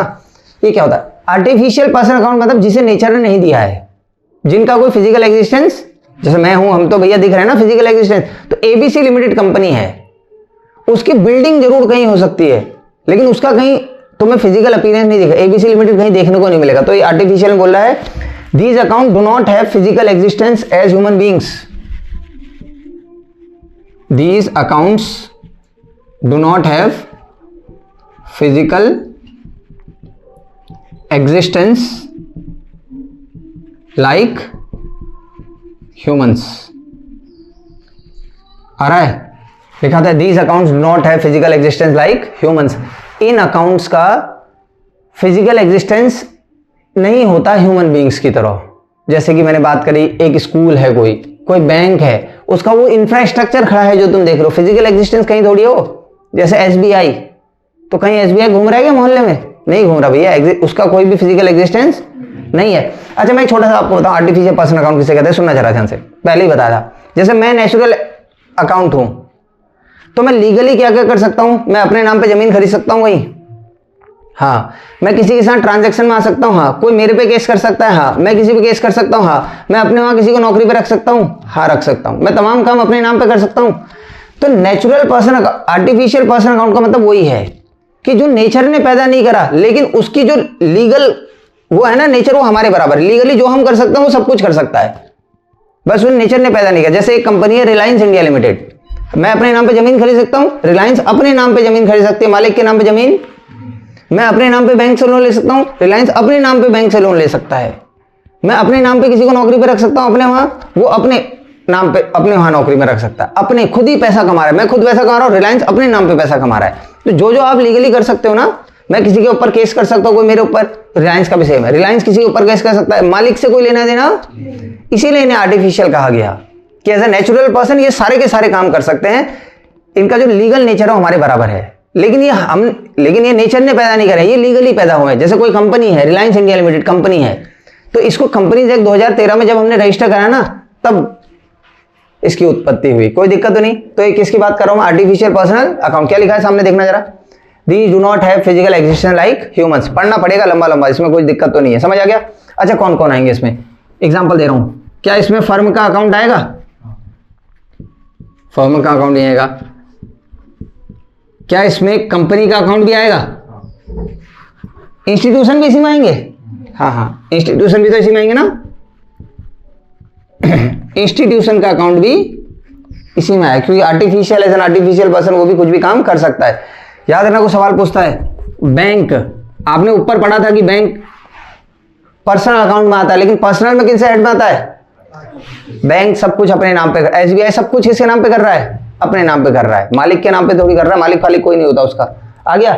अच्छा जैसे कुछ क्लब होते हैं, सवाल पूछ सकता है, तो क्लब्स के अकाउंट भी यहीं आएंगे, कोई दिक्कत तो नहीं। क्लब भी तो अपने नाम पर। इंश्योरेंस कंपनी बैंक की तरह तो काम करते हैं, इंश्योरेंस कंपनी। और लास्ट आ गए गवर्नमेंट डिपार्टमेंट्स, गवर्नमेंट सरकारी विभाग, जैसे नगर निगम, तो नगर निगम अपने नाम पे सारा का सारा पैसा कमाता है। पीडब्ल्यूडी विभाग हो गया, फॉरेस्ट विभाग, तो अपने नाम पे पैसा कमा रहे हैं, अपने नाम पे अलग से चल रहे हैं। किसी को दिक्कत तो नहीं। तो ये याद रखना पड़ेंगे तुम्हें कि क्या क्या आएंगे। एग्जाम्पल याद रहेगा, पहला फर्म, कंपनी, इंस्टीट्यूशन, यहां तक तो तुम समझ जाओगे, ठीक है। बैंक, बैंक भी समझ जाओगे इंस्टीट्यूशन कैटेगरी में। क्लब, ये भी किसकी कैटेगरी में आए तीनों में से? बताना जरा, क्लब कहां आएगा? क्लब किसी में नहीं आएगा इनमें से, इन तीनों में से कैसे अलग फॉर्म है क्लब, समझ आ गया ना। लेकिन कहीं ना कहीं इसने भी अपने आप को रजिस्टर कराया होगा, तो ये भी आर्टिफिशियल पर्सनल अकाउंट, अपने नाम पे अपना अकाउंट बनाएगा। नेक्स्ट कौन है? इंश्योरेंस कंपनी, कोई दिक्कत नहीं। अगला कौन है? ये तमाम सारे के सारे जो हैं अकाउंट्स ऑफ गवर्नमेंट डिपार्टमेंट, इसे पूरा भी लिख लेना, accounts of government department. Government department के जो अकाउंट्स होंगे वो भी आर्टिफिशियल पर्सन अकाउंट के नाम पे आएंगे, कोई दिक्कत तो नहीं। अगला लास्ट आ गया रिप्रेजेंटेटिव पर्सन अकाउंट। क्या आ गया? तो इसका नाम ये देखो, रिप्रेजेंटेटिव पर्सन, जो बहुत सारे पर्सन्स को रिप्रेजेंट करेगा। तो अगर मैं इसका बात करूं तो बोलूंगा ग्रुप ऑफ मेनी पर्सन्स, बहुत सारे पर्सन्स के ग्रुप को हम रिप्रेजेंटेटिव पर्सन अकाउंट कहते हैं। जैसे एक छोटा सा एग्जांपल मैं इसमें देता हूं, जैसे सितंबर का महीना है, तो मैंने बहुत सारे लोगों की सैलरी देनी है, एक्स की सैलरी, वाई की, जेड की, ए बी सी डी, इन सब की सैलरी, इस भाई की 10,000, इसकी 20,000, ऐसे करते करते ना सैलरी, जो टोटल सैलरी है मेरे ऊपर, वो मैंने 1 लाख रुपए सैलरी देनी है। कितना? 1,000 रुपए। तो ये सैलरी इस महीने की मैंने देनी थी, मैं नहीं दे पाया, 2-3 दिन लेट हो गई, मैंने देनी है ना, पैसा देना है, तो इसका नाम होगा, ठीक है, जो देना होता है उसे कहते हैं आउटस्टैंडिंग। क्या कहते हैं? एक बात बताओ, यहां तो मैं अलग अलग ले लूं, एक्स के इतने, वाई के इतने, जेड के इतने, ए के इतने, बी के इतने, सी के इतने, तो बहुत ज्यादा नहीं हो जाएगा? मैंने कहा जो टोटल पैसा देना है वो बताओ, आसान करने के लिए। तो टोटल पैसा कितना देना मैंने? 1 लाख। तो मैं इस पूरे को कह रहा हूं आउटस्टैंडिंग सैलरीज। क्या कह रहा हूं? कितना? कि मैंने टोटल मिला के कितनी सैलरी देनी बाकी है, इसमें जो भी होंगे अंदर, A B C D X Y. क्या इस एक शब्द ने, आउटस्टैंडिंग सैलरी ने, बहुत सारे पर्सन्स को साथ नहीं लिख लिया? बहुत सारे लोगों को पैसा नहीं देता, पर्सन ही तो थे, क्या इन सबको साथ में क्लब नहीं कर दिया इसने? इसे कहते हैं रिप्रेजेंटेटिव पर्सन अकाउंट। कोई ऐसा अकाउंट जो बहुत सारे पर्सन्स को आपस में रिप्रेजेंट करता है। तो आउटस्टैंडिंग सैलरीज, बहुत सारों को पैसा देना था, कोई दिक्कत तो नहीं, तो सबको मिला के एक ही नाम दे दिया, क्या? आउटस्टैंडिंग। समझ जाओ, 1 लाख रुपए, क्या 1 लाख में एक ही आदमी हो गया? सो बहुत सारे आदमी होंगे। ये है रिप्रेजेंटेटिव पर्सनल अकाउंट। अभी थोड़ी देर में वापस आऊंगा इसमें मैं, और कुछ एग्जांपल तुम्हें बताऊंगा, नॉमिनल अकाउंट से पढ़ाऊंगा कि भैया यहां जाके लिखने। क्या पर्सनल अकाउंट खत्म? एक बार क्विकली सामने देखते हैं। पर्सनल अकाउंट कितने टाइप के हैं? पहला, अगला नेचुरल, किस किस का नाम याद करो तो शुरुआत में वहां से, कि सॉरी अच्छा पहले एक बार पर्सनल अकाउंट शुरू करते हैं। बताओ पर्सनल अकाउंट में किस किस के आते थे? पहला इंडिविजुअल, अगला कंपनी, कंपनी से दूसरा जोड़ो फर्म, और आखिरी इंस्टीट्यूशन। याद हो गया? नेचुरल पर्सनल अकाउंट सिर्फ नेचुरल वालों का, सिर्फ इंडिविजुअल का, राम श्याम मोहन। और क्या क्या आएंगे इसमें? प्रोप्राइटर का कैपिटल अकाउंट इसी में आएगा, और ड्राइंग अकाउंट इसी में आएगा, डेटर और जो पूछे जा सकते हैं। उसके बाद ये वो जिनका कोई फिजिकल एग्जिस्टेंस, ये वो जिन्हें नेचर ने पैदा, ये किसी न किसी लॉ या किसी चीज से पैदा हुआ है लेकिन हुए हैं, लेकिन इनका लीगल एग्जिस्टेंस किसके बराबर है? हमारे। जो हम लीगली कर सकते हैं वो सारे अधिकार इन्हें भी मिल सकते हैं, अपने नाम पे कर सकते हैं, और जो और मालिक कुछ नहीं होता इनका, अपने नाम पे सारे काम धाम कर सकते हैं। इसलिए इनको कहा गया आर्टिफिशियल पर्सन। पर्सन तो है, ये पर्सन की तरह काम कर रहा है, जो तुम सब कर सकते हो। मैं जमीन, वो भी अपनी नाम पे जमीन कर, अपने नाम पर्सन की तरह काम कर रहा है, लेकिन आर्टिफिशियल पर्सन है, काल्पनिक आदमी है। तो इसमें वो 3 के 3 आ गए ना। कौन? Company, firm, institution. बैंक एक इंस्टीट्यूशन है तो यही आएगा जो एग्जांपल याद करने हैं। उसके बाद क्लब याद करने हैं, इंश्योरेंस कंपनी यही आएगी याद करने, गवर्नमेंट डिपार्टमेंट के अकाउंट्स भी आएंगे याद करने। समझ आया? ये एग्जांपल याद करने भी है, याद रखना। उसके बाद अगला रिप्रेजेंटेटिव पर्सन अकाउंट। कैसा पर्सन अकाउंट? जब बहुत सारे ग्रुप ऑफ, आसान करने के लिए, अकाउंटिंग आसान यूजर्स के लिए होती है ना, अकाउंटिंग आसान हो जाए इसलिए बहुत सारे पर्संस को हमने क्लब कर दिया एक साथ। तो यह क्या आ गया? Representative person account. एग्जांपल दिया मैंने कि सितंबर में हमने सैलरी देनी है और बहुत सारे लोगों को ABCD बहुत सारे देनी है, साथ में क्लब कर गया वो आउटस्टैंडिंग सैलरीज। अब मैं फिर से इसको यहां से आगे बढ़ाना शुरू करता हूं कि आउटस्टैंडिंग सैलरीज के बाद क्या होगा। नेक्स्ट पर्सन अकाउंट का अच्छा रूल तो रह गया इसका। क्या था rule? Debit the receiver and credit the by next. अब आसान हो जाएगी कहानी यार। दूसरा रियल अकाउंट्स। रियल क्या बताया था अभी याद है किसी को? Accounts of assets. किसके अकाउंट को? एसेट तो तुम जानते हो, प्रॉपर्टीज ऑफ द बिजनेस, सारे एसेट। यही तो किसमें सवाल घुमाया जा सकता है? बैंक। बैंक क्या है? तुम मार के आ जाओगे यहां, समझ? अच्छा कैश का अकाउंट कौन सा होगा? रियल। कैश तो एक एसेट ही है। Land and building real. किसी को दिक्कत तो नहीं? तो ये पता चल गया तुम्हें अकाउंट ऑफ एसेट्स होता। अब इसमें क्या एग्जांपल दूं? इसका रूल लिख देते हैं। पिछले का रूल क्या था? Credit the debit what comes in, debit what comes, ये पुराने रूल थे ना, एंड क्रेडिट व्हाट गोस। पढ़ाता नहीं हूं मैं, तुम पता होगा कि हम इनसे जनरल एंट्री थोड़ी करते हैं। जनरल एंट्री तो वो AELIC मॉडर्न रूल, वो तो बहुत ही जबरदस्त नियम है। आ गया? ये ट्रेडिशनल रूल पढ़ रहे हैं तो गोल्डन रूल भी नहीं कहते हैं। Debit what comes in, credit what goes, ये किसका रूल है? रियल अकाउंट का। इंटरप्रिटेशन बाद में देखेंगे कैसे होता है करके। डेबिट व्हाट, जो आ रहा है उसे डेबिट कर देना, जो जा रहा है। अगर तुमने कोई मशीन खरीदी तो मशीन आई आज, डेबिट करो। मशीन बेच दी, मशीन गई, एसेट है ना, तो मशीन गई तो उसे क्रेडिट कर दो। Credit what goes out. अच्छा ये हो गया रियल अकाउंट का, हमारा हो गया। अब रियल अकाउंट को अगर तुम क्लासिफाई करोगे तो रियल अकाउंट 2 टाइप के होते हैं भाई। लिखा है ना, याद है? एक टेंजिबल रियल, एक intangible real account. Tangible real account फिर से यार जिन्हें टच किया जा सकता है, फील किया जा सकता है, जिनका कुछ ना कुछ फिजिकल एग्जिस्टेंस है, ऐसे एसेट बात करेंगे। Which can be touched, felt, लिख दो यहां पे, विच कैन बी टच्ड, जिन्हें क्या करा जा सकता है? फेल्ट, जिन्हें फील भी करा जा सकता है।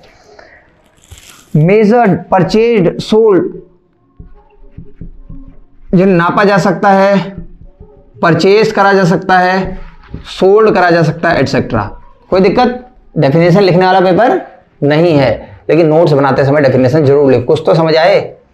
टेंजिबल रियल अकाउंट होते हैं। टेंजिबल जिन्हें विच कैन बी टच्ड, देखा जा सकता है, felt, measured, purchase, sold, seen भी लिख देता हूं यार, देखा भी तो जा सकता है। क्या क्या एग्जाम्पल बताएं? कुछ 2-4 बात करें एग्जाम्पल में। कैश, क्या कैश देखा जा सकता है, टच किया जा सकता है? हाँ, और एसेट तो है ही, तो एक एग्जाम्पल इसका क्या हो गया? कैश। और एग्जाम्पल बाकी तो कुछ भी ले सकते हो, जैसे बोल सकते हो फर्नीचर, अगला क्या बोल सकते हो? लैंड, अगला क्या बोल सकते हो? ये तमाम तरीके यही तो आएंगे ना। लैंड की बात कर देते हैं हम, बिल्डिंग की बात कर देते हैं, वहां वो भी लिखना होगा ना। लैंड हो गया, बिल्डिंग हो गया। स्टॉक आएगा नहीं आएगा बताना जरा? स्टॉक टेंजिबल है क्या? हाँ, एसेट भी है और टेंजिबल भी है, एटसेट्रा। क्या नहीं आएगा? बैंक क्या है? पर्सनल। पर्सनल में कौन सा है? आर्टिफिशियल पर्सनल अकाउंट, बिल्कुल सही। आ गया भाई समझ में? उसका इंटेंजिबल, जिन्हें टच नहीं करा जा सकता, which can not be touched. Touch कहां से कर लोगे? फेल्ट हो सकते हैं, फील तो किए जा सकते हैं, ये भी आ गया। जिन्हें टच नहीं किया जा सकता क्योंकि इनका भी क्या नहीं होता। लेकिन देखो इन्हें एसेट्स क्यों? एसेट क्या होता है पता है? मैंने कहा था कोई भी ऐसी चीज जो कल के दिन कैश में कन्वर्ट हो जाए और तुम्हें बेनिफिट करे। सब एसेट की डेफिनेशन जब बाद में लिखाऊंगा तो तुम पता थोड़ा बहुत तो होगा ही। एसेट वो होते हैं जो कल के दिन तुम्हें मॉनेटरी या नॉन मॉनेटरी बेनिफिट भी देखो चल जाता है, लेकिन ज्यादातर कहा जाता है जो कैश में कन्वर्ट हो जाए वो एसेट है। ये फर्नीचर है, यहाँ पर रखा है, ये बिक सकता है, कुछ ना कुछ तो मिल ही जाएगा और ठीक ठाक अमाउंट मिल जाएगा। शायद तुम्हारे पास जमीन पड़ी है, बिक के कुछ ना कुछ मिल जाएगा। हाँ भैया, ये सब कुछ क्या है हमारे में? एसेट है। तो इंटेंजिबल का भी यही हाल है, ये देखे नहीं जा सकते तमाम नहीं, लेकिन कल के दिन ये मॉनेटरी बेनिफिट दे देंगे, बेचा जा सकता है, कैश में कन्वर्ट हो सकते हैं। But their value can be measured in terms of money. ये लिख रहा है ना इनके नाम पे, but their value can be measured in terms of money. यहां से होगा, देखो यहां से कनेक्ट करना है, ऐसे लिखना। Intangible real account which cannot be touched, जिन्हें टच नहीं करा जा सकता, लेकिन इनकी वैल्यू को किस में? मॉनेटरी टर्म्स में मेजर किया जा सकता है, इसीलिए तो इन्हें लिखा जा रहा है। भाई समझ में आ गया ना? अब ऐसे एसेटों के नाम दूंगा तो तुम्हें पता चलेगा। गुडविल, नाम किसी बिजनेस का, अच्छा नाम। फ्रेंचाइज नहीं खरीदते क्या? जैसे मैं एक कोई भी बिजनेस शुरू करूं, एक है कि अपने दम पे शुरू करूं, आज शुरू करूं तो बहुत सारा एडवर्टीजमेंट पे खर्च करना पड़ेगा। आज शुरू करूंगा तो कोई भरोसा नहीं आज से कोई आएगा उसमें, आज से कुछ कमाई होगी, बहुत सारा पैसा खर्च करना पड़ेगा मुझे। एडवर्टीजमेंट करो, ये करो, फिर बहुत साल भी लगाने पड़ेंगे, 3 4 5 साल बाद कोई जानेगा और फिर जाके बिजनेस चलना शुरू होगा। जल्दी भी हो सकता है। अगर मैं किसी का नाम खरीद लूँ, कोई फ्रेंचाइज खरीद लूँ, सीधे पैसा दूं और लगा दूं कमिंग सून। जैसे मैकडी नहीं है हल्द्वानी में, अभी कुछ ज्यादा करने की जरूरत नहीं है, नाम खरीदो, पैसा दे दो, बिक रहा है ना नाम। ये देखो मॉनेटरी वैल्यू लगा रहे हैं, देखा नहीं जा सकता लेकिन है, एसिडी तो है, नाम कमाया हुआ नाम एसिडी तो है। तो मैं मैकडी लगा दूं, एक फ्रेंचाइज कर लूँ, हल्द्वानी में लगा दूं बड़ा सा मैकडी, कमिंग सून। कोई एडवर्टीजमेंट करने की जरूरत। आजकल तो इतना भयंकर सोशल मीडिया का जमाना है, तुम्हें पता है। एक बड़ा सा बैनर लगा दो जहां पे तुम अपनी बिल्डिंग बना रहे हो, कमिंग सून, समझ आ गया? वो खुद ही रील वाले खुद ही चला देंगे उसे कि भैया आने वाला है, खुद ही प्रचार हो जाएगा। और पक्की बात है कि जब खुलेगा तो पहले दिन से ही कस्टमर आना शुरू हो जाएगा, तो नाम ही तो बिक रहा है। तो गुडविल एक कैसा एसेट है? इंटेंजिबल। अच्छा और भी होते हैं, इसमें मैं तुम्हें नाम देना शुरू कर रहा हूं। पेटेंट्स बाद में बात करेंगे, कॉपीराइट्स, ट्रेडमार्क्स, सॉफ्टवेयर।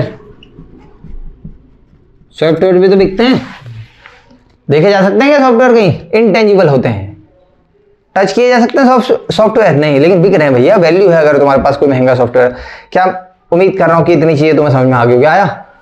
कौन सा अकाउंट खत्म हो गया? रियल। इसमें तो कुछ बड़े सवाल भी ऐसे नहीं है।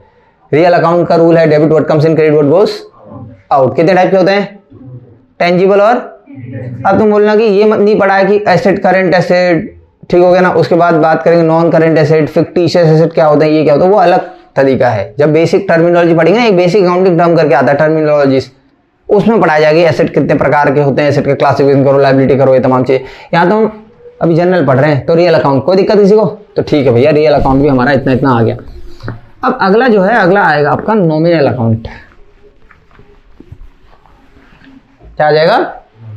Nominal account. देखना है यहाँ नॉमिनल, इसके बारे में लिखा जाता है अकाउंट ऑफ एक्सपेंसेस। आ रहा है? एक्सपेंसेस के साथ साथ लॉसेस भी, ये दोनों टर्म एक साथ चलेंगे, एक्सपेंसेस, लॉसेस एंड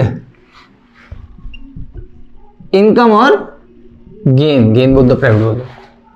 तो अगर मैं बात करोगे ना नॉमिनल अकाउंट क्या होते हैं, तो इसमें दो ही चीज याद है, एक्सपेंस और लॉसेस, और दूसरा इनकम और गेन।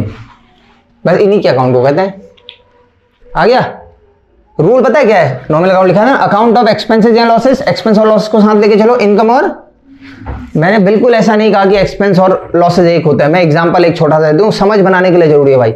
मैं अभी बगल की स्टेशनरी में अपने गया, 40 रुपए दिए, 35 रुपए दिए और ये मार्कर लेके आया, पैसा गया, बदले मार्कर आया, तो यहां के तुमसे क्या बोलूंगा, 35 रुपए का नुकसान हो गया, 35 रुपए खर्च हो गए, खर्च एक्सपेंसेस।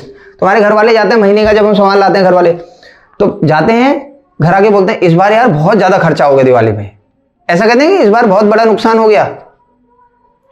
मेरी बात समझ में आ रही है? नुकसान मतलब जब पैसा जाए और बदले में कुछ, मेरी जेब से 50 रुपए गिर गए तो नुकसान हो गया। जैसे घर वाले हमारे दिवाली में जाते हैं, पूरा दिवाली में तो खर्चा ज्यादा होगा ना, तो घर वाले बहुत सारा सामान लाते हैं और सामान लाने के बाद फिर क्या कहते हैं कि भैया नुकसान हो गया, सॉरी क्या हो गया, खर्चा हो गया। नुकसान तो फिर हमें होता है ना, दूसरे काम में है नुकसान, जिसमें पैसा जाता है और आधा कुछ नहीं है। समझ आ गया ना? तो नुकसान दूसरी चीज में, कोई दिक्कत नहीं। तो एक्सपेंस और लॉस मतलब इनकम और गेन में भी वही है। तुमने कहीं सर्विस दी, बदले में पैसा मिला, तो वो इनकम है। आ गया? इनकम गेन और प्रॉफिट में थोड़ा सा अंतर है यार, अभी थोड़ा सा इसको बाद में बात करेंगे, इस पे हल्का बहुत समझ में आ गया एक्सपेंस और लॉसेस में अंतर। तो आगे बढ़ाते हैं। अब नॉमिनल अकाउंट सिंपल सा अकाउंट है। अच्छा, इसका रूल भी बड़ा आसान सा है।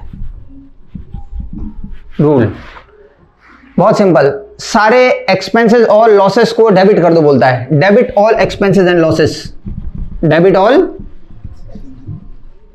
Expenses and losses. कभी भी तुम्हें लगता है ना जनरल एंट्री करते समय, हम खैर मॉडर्न रूल से करते हैं, अगर तुम्हें लगता है कोई भी खर्चा है हमेशा डेबिट, खर्चा बढ़ रहा है तो डेबिट कर दो। और credit all incomes and gains, all incomes and, credit कर दिया जाए सारे के सारे किसको, इनकम और गेन को। तो ये है भैया, किसी को दिक्कत? Debit all expenses and incomes और credit all incomes and gains. आज इस पे एक होमवर्क होगा तुम्हारा, होमवर्क अभी तो आगे को और पढ़ाना है। होमवर्क क्या होगा कि यहीं इसी वीडियो में एक स्लाइड लगा दिया जाएगा, उसमें बहुत सारे नाम लिखे होंगे, तुम्हें हिस्से करके लाने हैं। पहले 3 हिस्से, कौन सा नेचुरल, कौन सा रियल, कौन सा नॉमिनल। उसके बाद नेचुरल में भी 3 हिस्से करके लाना और टेंजिबल में 3 हिस्से करके लाएंगे, कौन सा अकाउंट का। इससे समझ आती है, ऐसे सवाल बनते हैं एग्जाम में। समझ आ गया कैसे तुम्हें धीरे धीरे आगे को बढ़ाना है, तो मैं वो बताऊंगा। इतने पहुंच गए हम, अभी तक हम यहां तक कहानी को पहुंचा चुके हैं। अब कुछ आगे को मैं बढ़ाने जा रहा हूं। अभी मैंने जनरल शुरू ही नहीं कर पाया, मैं कुछ बेसिक अकाउंटिंग टर्म मैं पीछे से ही खींच दूंगा, जो बीच में खींच रहा हूं ये बहुत जरूरी है। ठीक है, मैं 2-4 अब आज टर्म की बात कर लेता हूं, इस चैप्टर को आगे बढ़ाने से पहले। रूल पता चल गए, और उसके बाद जैसी कॉपी तुम बनाओगे तो उसके बाद ऐसे लिखना, गोल्डन रूल 3 हिस्से बना देना। पर्सनल अकाउंट, उसके नीचे उसका debit the receiver, credit the giver. Real account, debit what comes in, credit what goes. Nominal account, debit all expenses and losses, credit all income and gain. उनको अच्छे से लिख लेना, वो अच्छे से बनाना नोटबुक। हाँ, अब मैं कुछ आगे 2-4 टर्म बताने वाला हूँ, बहुत जरूरी है आगे बढ़ने से पहले जनरल वाले चैप्टर के लिए। ठीक है, और बेसिक अकाउंटिंग टर्म जो है याद रखना, बेसिक अकाउंटिंग टर्म जब मैं तुम्हें अलग से एक ही क्लास में अगर बेसिक अकाउंटिंग टर्म बताऊंगा तो उसमें ज्यादा नहीं बताऊंगा, क्योंकि मैं बीच में सारे बेसिक अकाउंटिंग टर्म बता चुका हूँ जिसकी जब जब जरूरत पड़ेगी। ठीक है, कैपिटल रेवेन्यू की जरूरत भी पड़ेगी, तो अभी थोड़े दिनों में कैपिटल रेवेन्यू भी यहाँ पे पढ़ा दूंगा बीच में ही। जो कैपिटल रेवेन्यू एक टॉपिक था ना, जब जनरल एंट्री में हम कैपिटल और रेवेन्यू को बाइफरकेट करेंगे, तो उससे पहले मैं पूरा कैपिटल रेवेन्यू खत्म मिक्स करके पढ़ा रहा हूँ ना मैं। एक समय आएगा जब मैं तुमसे बोलूंगा कि भैया ये सिलेबस खत्म हो गया, आप कुछ भी कर सकते हो। ठीक, तो अब मैं जब यहां से शुरुआत कर रहा हूं, तो एक है यार आउटस्टैंडिंग एक्सपेंसेस। आउटस्टैंडिंग, एक होते हैं प्रीपेड एक्सपेंसेस। क्या कहते हैं इनको? एक नाम से और जा सकता है, जिसका नाम होगा अनएक्सपायर्ड एक्सपेंसेस। ठीक, पूरा पढ़ लेते हैं पहले, क्या आएगा नहीं आएगा वो बाद में देखेंगे, पहले सिलेबस तो पूरा करते हैं धीरे धीरे। तो आउटस्टैंडिंग और प्रीपेड एक्सपेंसेस, इन दोनों के बारे में अच्छे से लिख लेना। ठीक, पहले डेफिनेशन तुम्हें देता हूं। Expenses due but not paid, definition जरूर लिख लेना। ऐसे खर्चे जो तुम्हारे ऊपर चढ़ गए हैं लेकिन अभी तक हमने दिए नहीं है। फॉर एग्जाम्पल, ये रूम है और मैं यहां रेंट पे रह रहा हूं, आ गया। मैं जब रेंट में यहां रहने आया तो मैं आया यहां रहने अप्रैल में। इसका किराया कितना था? अप्रैल में पहले दिन रहना, एडवांस नहीं दिया मैंने। मकान मालिक ठीक था, उसने एडवांस मेरे से मांगा भी नहीं। अप्रैल खत्म हो गया, मैंने कहा अभी पैसे नहीं है, जरा अगले महीने आपको देता हूं। क्या? अच्छा, एक बात, एक छोटी चीज और बता रहा हूं, क्या जब मैं पहले दिन इस कमरे में रहने आया तभी ये पैसा मेरे ऊपर चढ़ गया, ड्यू हो गया ना? मुझे 10 दिन हो गए, क्या ड्यू हो गया? नहीं। कब दिन का गया? महीने के। तो जब महीना खत्म होगा ना आखिरी दिन, उस दिन ये मेरे ऊपर पैसा चढ़ेगा, उससे पहले चढ़ा हुआ थोड़ी माना जाएगा। जैसे हमारे घर में बिजली का बिल आता है, तो जब वो आ जाता है तब उसे ड्यू माना जाता है। जब बीच में हो रहा है उसे कहते हैं एक्रिव होना, जमा होना। क्या कहते हैं? एक्रिव और ड्यू में अंतर है ना। पूरे महीने जो थोड़ा थोड़ा जमा हो रहा है उसे कहते हैं एक्रिव होना। पहले भी तो बताया था, चलो इसी पे बात कर लेते हैं। मान लो 10,000 नहीं, एक महीने का किराया 30,000 है। कितना हजार है? तो देखना जरा ध्यान से। और एक भैया 30 दिनों का अगर 30,000 तो एक दिन का 1,000 होगा।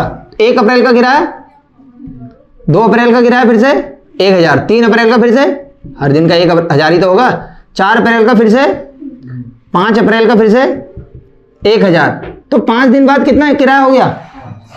तो ये एक्रिव हुआ है, ये ड्यू थोड़ी हुआ है कोई मेरे ऊपर, ये मैंने देना थोड़ी है। इसे कहते हैं एक्रिव, मतलब जमा होना। हिंदी में एक्रिव का मतलब जमा होना, याद रखेगा तुम्हें।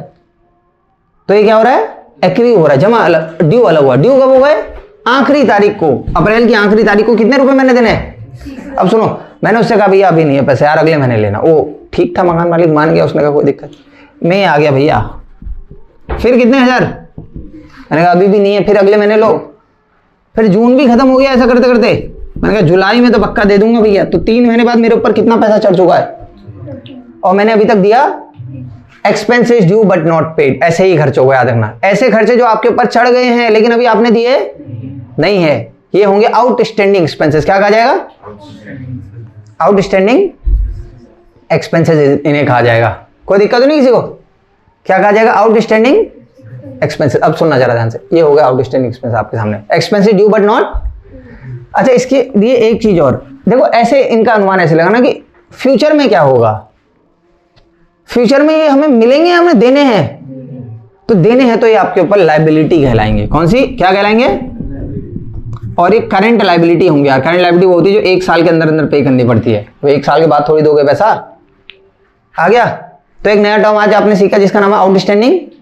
डेफिनेशन याद कर रही है, बाकी तो ये तो बेकार है एग्जांपल पे, ये तो तुम आएंगे। Expenses due but not paid, ऐसे एक्सपेंसेस जो हमारे ऊपर ड्यू हो चुके हैं लेकिन अभी तक हमने दिए, ये क्या होंगे आपके लिए? लायबिलिटी। अगला एक और आ गया, इनका ताल्लुक होगा यहाँ तभी पढ़ाए जा रहे हैं, प्रीपेड एक्सपेंसेस। इनका एक नाम है अनएक्सपायर्ड एक्सपेंसेस। अब एक छोटी सी बात सुनो, और उसके अकॉर्डिंग भी ये जरूरी था, अकाउंटिंग प्रिंसिपल भी ये तुम बताया। प्रीपेड एक्सपेंसेस का मतलब क्या है मैं आपको बताने जा रहा हूं, देखो जरा ध्यान से। जैसे ये कौन सा साल चल रहा है? 1 अप्रैल 2000, कौन सा साल है? 25 ना। कब तक चलेगा ये साल चल रहा है। तो मैचिंग कॉन्सेप्ट बोलता है कि जब प्रॉफिट एंड लॉस अकाउंट बना रहे हो तो उसमें इसी साल की इनकम और इसी साल का खर्चा लिखो। भाई आगे समझ। तुमने ये छोड़ो, देखो ऑलवेज सुना, देखो इंश्योरेंस की अगर बात देखो ना, मैंने जो इंश्योरेंस करा रखा मानते हैं वो इंश्योरेंस है। चलो इंश्योरेंस के बारे में मैं ना 6 महीने का इंश्योरेंस, अच्छा चलो ऐसा छोड़ दो, मैं 1 साल का इंश्योरेंस एक ही साथ देता हूं। कितने साल का इंश्योरेंस? एक, और एडवांस में देता हूं, बाद में नहीं देता। इंश्योरेंस किसमें देता हूं? तो मैंने 1 दिसंबर को, इस साल 1 दिसंबर 2025 को मैंने इंश्योरेंस पे करा। क्या पे करा? 36,000। कितना हजार? कितने साल का पे करा होगा ये? तो मुझे पर मंथ बता सकते हो इसमें कितना होगा? 36,000 12 महीने का पे करा ना। अगले तो 1 महीने का कितना होगा? 36,000 को अगर मैं 12 से डिवाइड करूंगा 1 महीने का कितना होगा? अब देखना, एक बार देखना, ये कितने को पे करा तुमने? तो ये साल चल रहा है, क्या दिसंबर इसी साल में आ रहा है? हाँ। जनवरी भी इसी साल में आएगा? हाँ। फरवरी, मार्च, तो इस 12 महीने में से 4 महीने का इसी करंट ईयर का हुआ 25-26 का। दिख रहा है तुम्हें? ये इस साल का है। कितना? 3,000 इंटू 12,000 इसी साल के लिए पे करा तुमने। लेकिन जो बचा हुआ है उसके बाद का, अप्रैल मई जून, अगले अप्रैल से लेकर कितने महीने का बचा हुआ? 8 महीने का। वो कौन से ईयर का होगा? Next year. नेक्स्ट ईयर मतलब ये 25-26 चल रहा था, वो कौन से साल के लिए आज ही तुमने दे दिया? 26-27 के लिए। वो कितना होगा? 3,000 इंटू 8, कितना हजार? अब तो बड़े हो चुके, अब तो ऐसे सीख रहे हो, समझ आया? अरे बड़े सिंपल है, अकाउंटेंट बने हो ना तुम। ये दिखा तो दिया। 1 दिसंबर को मैंने 1 साल के लिए, अगले 1 साल के लिए इंश्योरेंस दिया, तो कितना आया वो? 36,000। तो हर महीने का कितना है? तो मैंने हिसाब लगाना है। मैचिंग कॉन्सेप्ट कहता है ना इसी साल का लिखो, तो हिसाब नहीं लगाओगे क्या? इसी साल का कितना है? 3,000 इंटू 4, दिसंबर, जनवरी, फरवरी, मार्च, इसी साल का 12,000, और बाकी बचा हुआ कौन साल का भाई? तो तुम बताइए भाई, नियम कहता है कि अगर ये साल चल रहा है तो इसी साल का खर्चा दो, तभी तो उसे P&L अकाउंट के कौन साइड लिखा जाएगा? डेबिट एक्सपेंस साइड में। लेकिन ये तुमने अगले साल के लिए दे दिया, यही है प्रीपेड एक्सपेंसेस। कौन सा एक्सपेंस है? Expenses paid for the next year, अगले साल के लिए अगर खर्चे दे दिए तुमने पहले ही, आज से इन्हें कहेंगे प्रीपेड। प्री मतलब पहले ही, जैसे प्री बोर्ड होते हैं, बोर्ड से पहले प्रीपेड, जैसे बोल रहे थे प्रीपेड। अच्छा देखो जरा, हम जो सिम यूज करते हैं ज्यादातर, उनमें से सबके 90% प्रीपेड ही तो होंगे, और भी ज्यादा। मतलब हम पहले रिचार्ज करते हैं फिर यूज कर, प्रीपेड पहले ही पे कर दिया भैया। समझ आ रहा है? अगर तुम एडवांस में कहीं कुछ पे कर दोगे, पहले ही पे कर दोगे, उसे कहेंगे प्रीपेड। ये अलग है, देखो ये एक्सपेंस जो तुम्हारे पास चढ़ गए लेकिन अभी तुमने दिए, ये उल्टा पहले ही दिन दे दिए तुमने, इसे कहते हैं प्रीपेड एक्सपेंसेस। ये याद रहेगा? तो एक डेफिनेशन देखना, कुछ डेफिनेशन लिखना है, ये वाला समझ में आ गया? बैठा देते हैं, तुम इस एग्जांपल को भी ऐसे लिख लेना प्लीज, कल के दिन काम आएगा, समझ आएगी। Expenses paid for the next year, जो खर्चे अगले साल के लिए थी। या इसकी सबसे मेन डेफिनेशन यह है, स्टामा करके सर्कल कर दे रहा हूं मैं, हाँ, कि expenses paid in advance, paid in advance without receiving goods और सर्विसेज,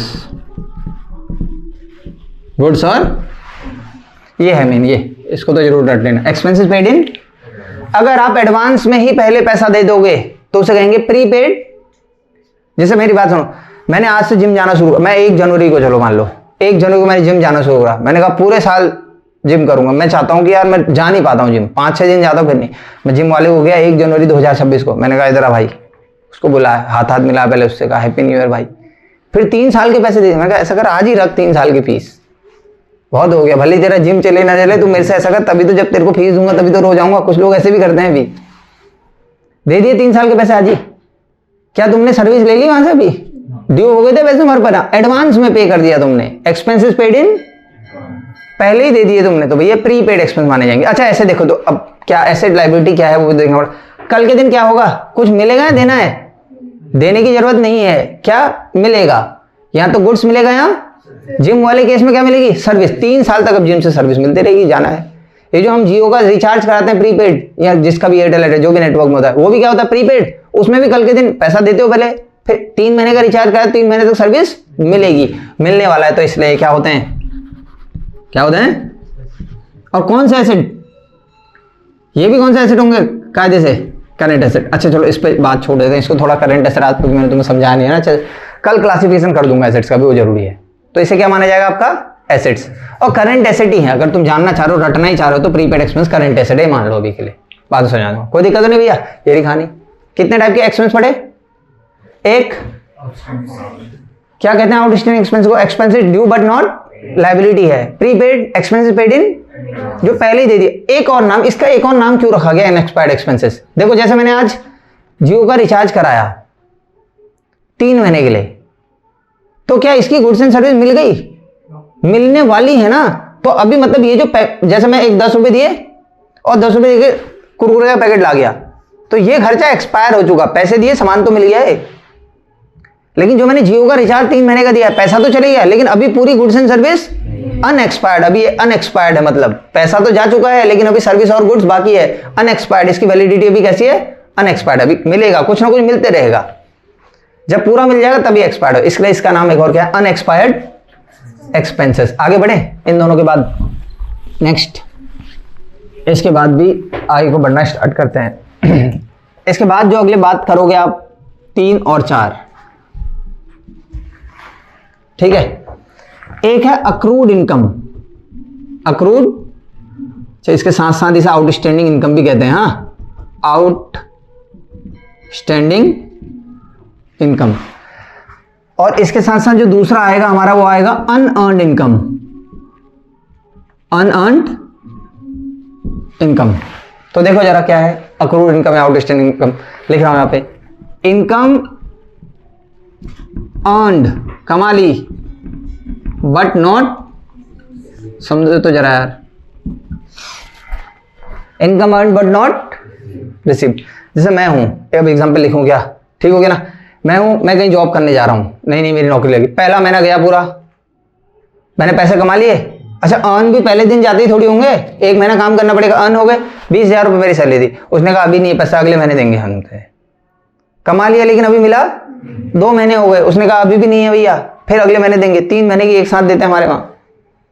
फिर 3 महीने हो गए, तीसरे महीने में भी नहीं दिए, तो 3 महीने की जो सैलरी है 60,000 रुपए मैंने कमा ली, लेकिन अभी मिली, यही है अक्रूड इनकम। ऐसा पैसा जो तुम कमा चुके हो, गुड्स एंड सर्विस दे चुके। अच्छा कमाएंगे कैसे? गुड्स एंड सर्विस देने के बाद बताया था ना, कौन सा कॉन्सेप्ट कमाई के बारे में बताता था? हाँ भैया बताओ, कौन सा कॉन्सेप्ट कमाई के बारे में बताता था? कमा लिया करके, हारोल भाई बताओ। हर्षित भाई, रेवेन्यू रिकॉग्निशन, नाम ही है रेवेन्यू, ये बताएगा कि रेवेन्यू कब रिकॉग्नाइज होगा, कब कमा लिया पता चलेगा। याद है? बहुत जरूरी चीज है यार, उसके उसी के इर्द गिर्द तो सब, वो यही तो बताता कब कमा लिया है। वो कहता था तब कमा लिया है जब गुड्स एंड सर्विस बेच चुके हैं, जब जो ओनरशिप है वो ट्रांसफर हो गई है दूसरे आदमी को, तो तब कमा लिया है, मान लो। मेरी बात समझ में आई? अच्छा एक एमसीक्यू, अगर तुमने एमसीक्यू वाला भी देखा नहीं होगा तो उसको भी कर लेना। उसमें एक सवाल, अच्छा सवाल था, पता है कि देखो रेवेन्यू रिकॉग्निशन अलग है, लेकिन अगर बोलेगा कि कौन रेवेन्यू को मेजर करता है, तो मेजर करता है पीएनएल अकाउंट। उस वीडियो को देखना, तुम्हें पता चलेगा। आ गया, रेवेन्यू मेजर करता है पीएनएल अकाउंट मैचिंग कॉन्सेप्ट के अकॉर्डिंग, लेकिन रेवेन्यू रिकॉग्नाइज करता है, ये सिर्फ पहचानता है कौन साल का करके। तो income earn but not, income कब अर्न करोगे? तुमने सामान दे दिया या सर्विस दे दी, लेकिन अभी तक तुम्हें उसका पैसा नहीं मिला है, तो ये आपके सामने होगा अक्रूड इनकम या आउटस्टैंडिंग इनकम। अच्छा कल के दिन क्या होगा बताओ? एसेट लायबिलिटी खुद बताओ। कल के दिन मिलेगा या तुम कुछ दोगे? मिलेगा, तो मिलेगा तो क्या हो जाएगा कल के दिन? ये एसेट्स, भैया पैसा मिलेगा यार। और कौन सा एसेट? अनअर्न्ड इनकम, इसका उल्टा, इनकम रिसीव्ड इन एडवांस, पहले ही मिल गई तुम्हें, विदाउट सेलिंग गुड्स, ना ही आपने क्या गुड्स दिए हैं, और रेंडरिंग सर्विसेज, ना ही आपने अभी सर्विस रेंडर करी है, ना ही आपने अभी गुड्स दिए हैं। इतना पढ़ो पहले, इनकम रिसीव्ड इन, यही बहुत है कायदे से। जो पैसा पहले उसका उल्टा है, वहां तो काम कर करके भी पैसा नहीं मिला, यहां समझ आ गया? जैसे मैं हूं, मैं पहले ही दिन कहीं नौकरी के लिए गया, उसने मुझे पहले 6 महीने की सैलरी पहले दिन दे दी, तो पहले दिन मैं सैलरी लेके अब घर को आ रहा हूं, खुश भी हूं कि आज 6 महीने की सैलरी, इतना पैसा, 20,000 रुपए सैलरी, 1,20,000 रुपए लेके आ रहा हूं, पहले दिन आ रहा है, खुश भी हूं घर आते समय। तो यह है इनकम रिसीव्ड इन। लेकिन जब मैं घर आके मैं सोच रहा था, तो तब थोड़ा टेंशन भी हो रही है मुझे। मैं सोच रहा हूं यार, पहले ही दिन मुझे पैसा मिल गया, मतलब अब अगले 6 महीने तक मुझे जो पैसा मिला इसका कर्जा उतारना नहीं पड़ेगा। कल के दिन कुछ मिलेगा या देना है? देना है। अगले 6 महीने तक 1,20,000 रुपए रोज जाऊंगा, नौकरी करूंगा, नौकरी कर करके जो 1,20,000 रुपए का है कर्जा अपने ऊपर से उतारूंगा। कर्जा ही तो है, पहले ही मिल गया। गुड्स एंड सर्विस अभी देनी, तो कल के दिन कुछ देना है, मिलेगा, देना है, तो क्या हो जाएगा यार? और कौन सी लायबिलिटी होगी ये? करंट लायबिलिटी होगी। किसी को दिक्कत? तो 4 टर्म आपने अभी पढ़े, बहुत काम आएंगे, बीच बीच में बात करते रहेंगे, समझ आ गया ना? अभी इसी चैप्टर को शुरू कराने से पहले ऐसा हो सकता है कि कल जब मैं शुरू करूँ रेवेन्यू एक्सपेंडिचर और कैपिटल एक्सपेंडिचर पढ़ा दूं मैं, आ गया ना? मिक्स करके पढ़ा रहा हूं, अपने हिसाब से पढ़ाऊंगा कोई, ठीक है ना? यूट्यूब के लिए थोड़ी पढ़ा रहे हैं, मेन मकसद वही है कि इधर उधर नहीं, मेन है तुम्हारा निकलना जरूरी है, समझना भी जरूरी है, रटना भी जरूरी है, दोनों चीजें जरूरी होंगी हमारी साथ साथ में।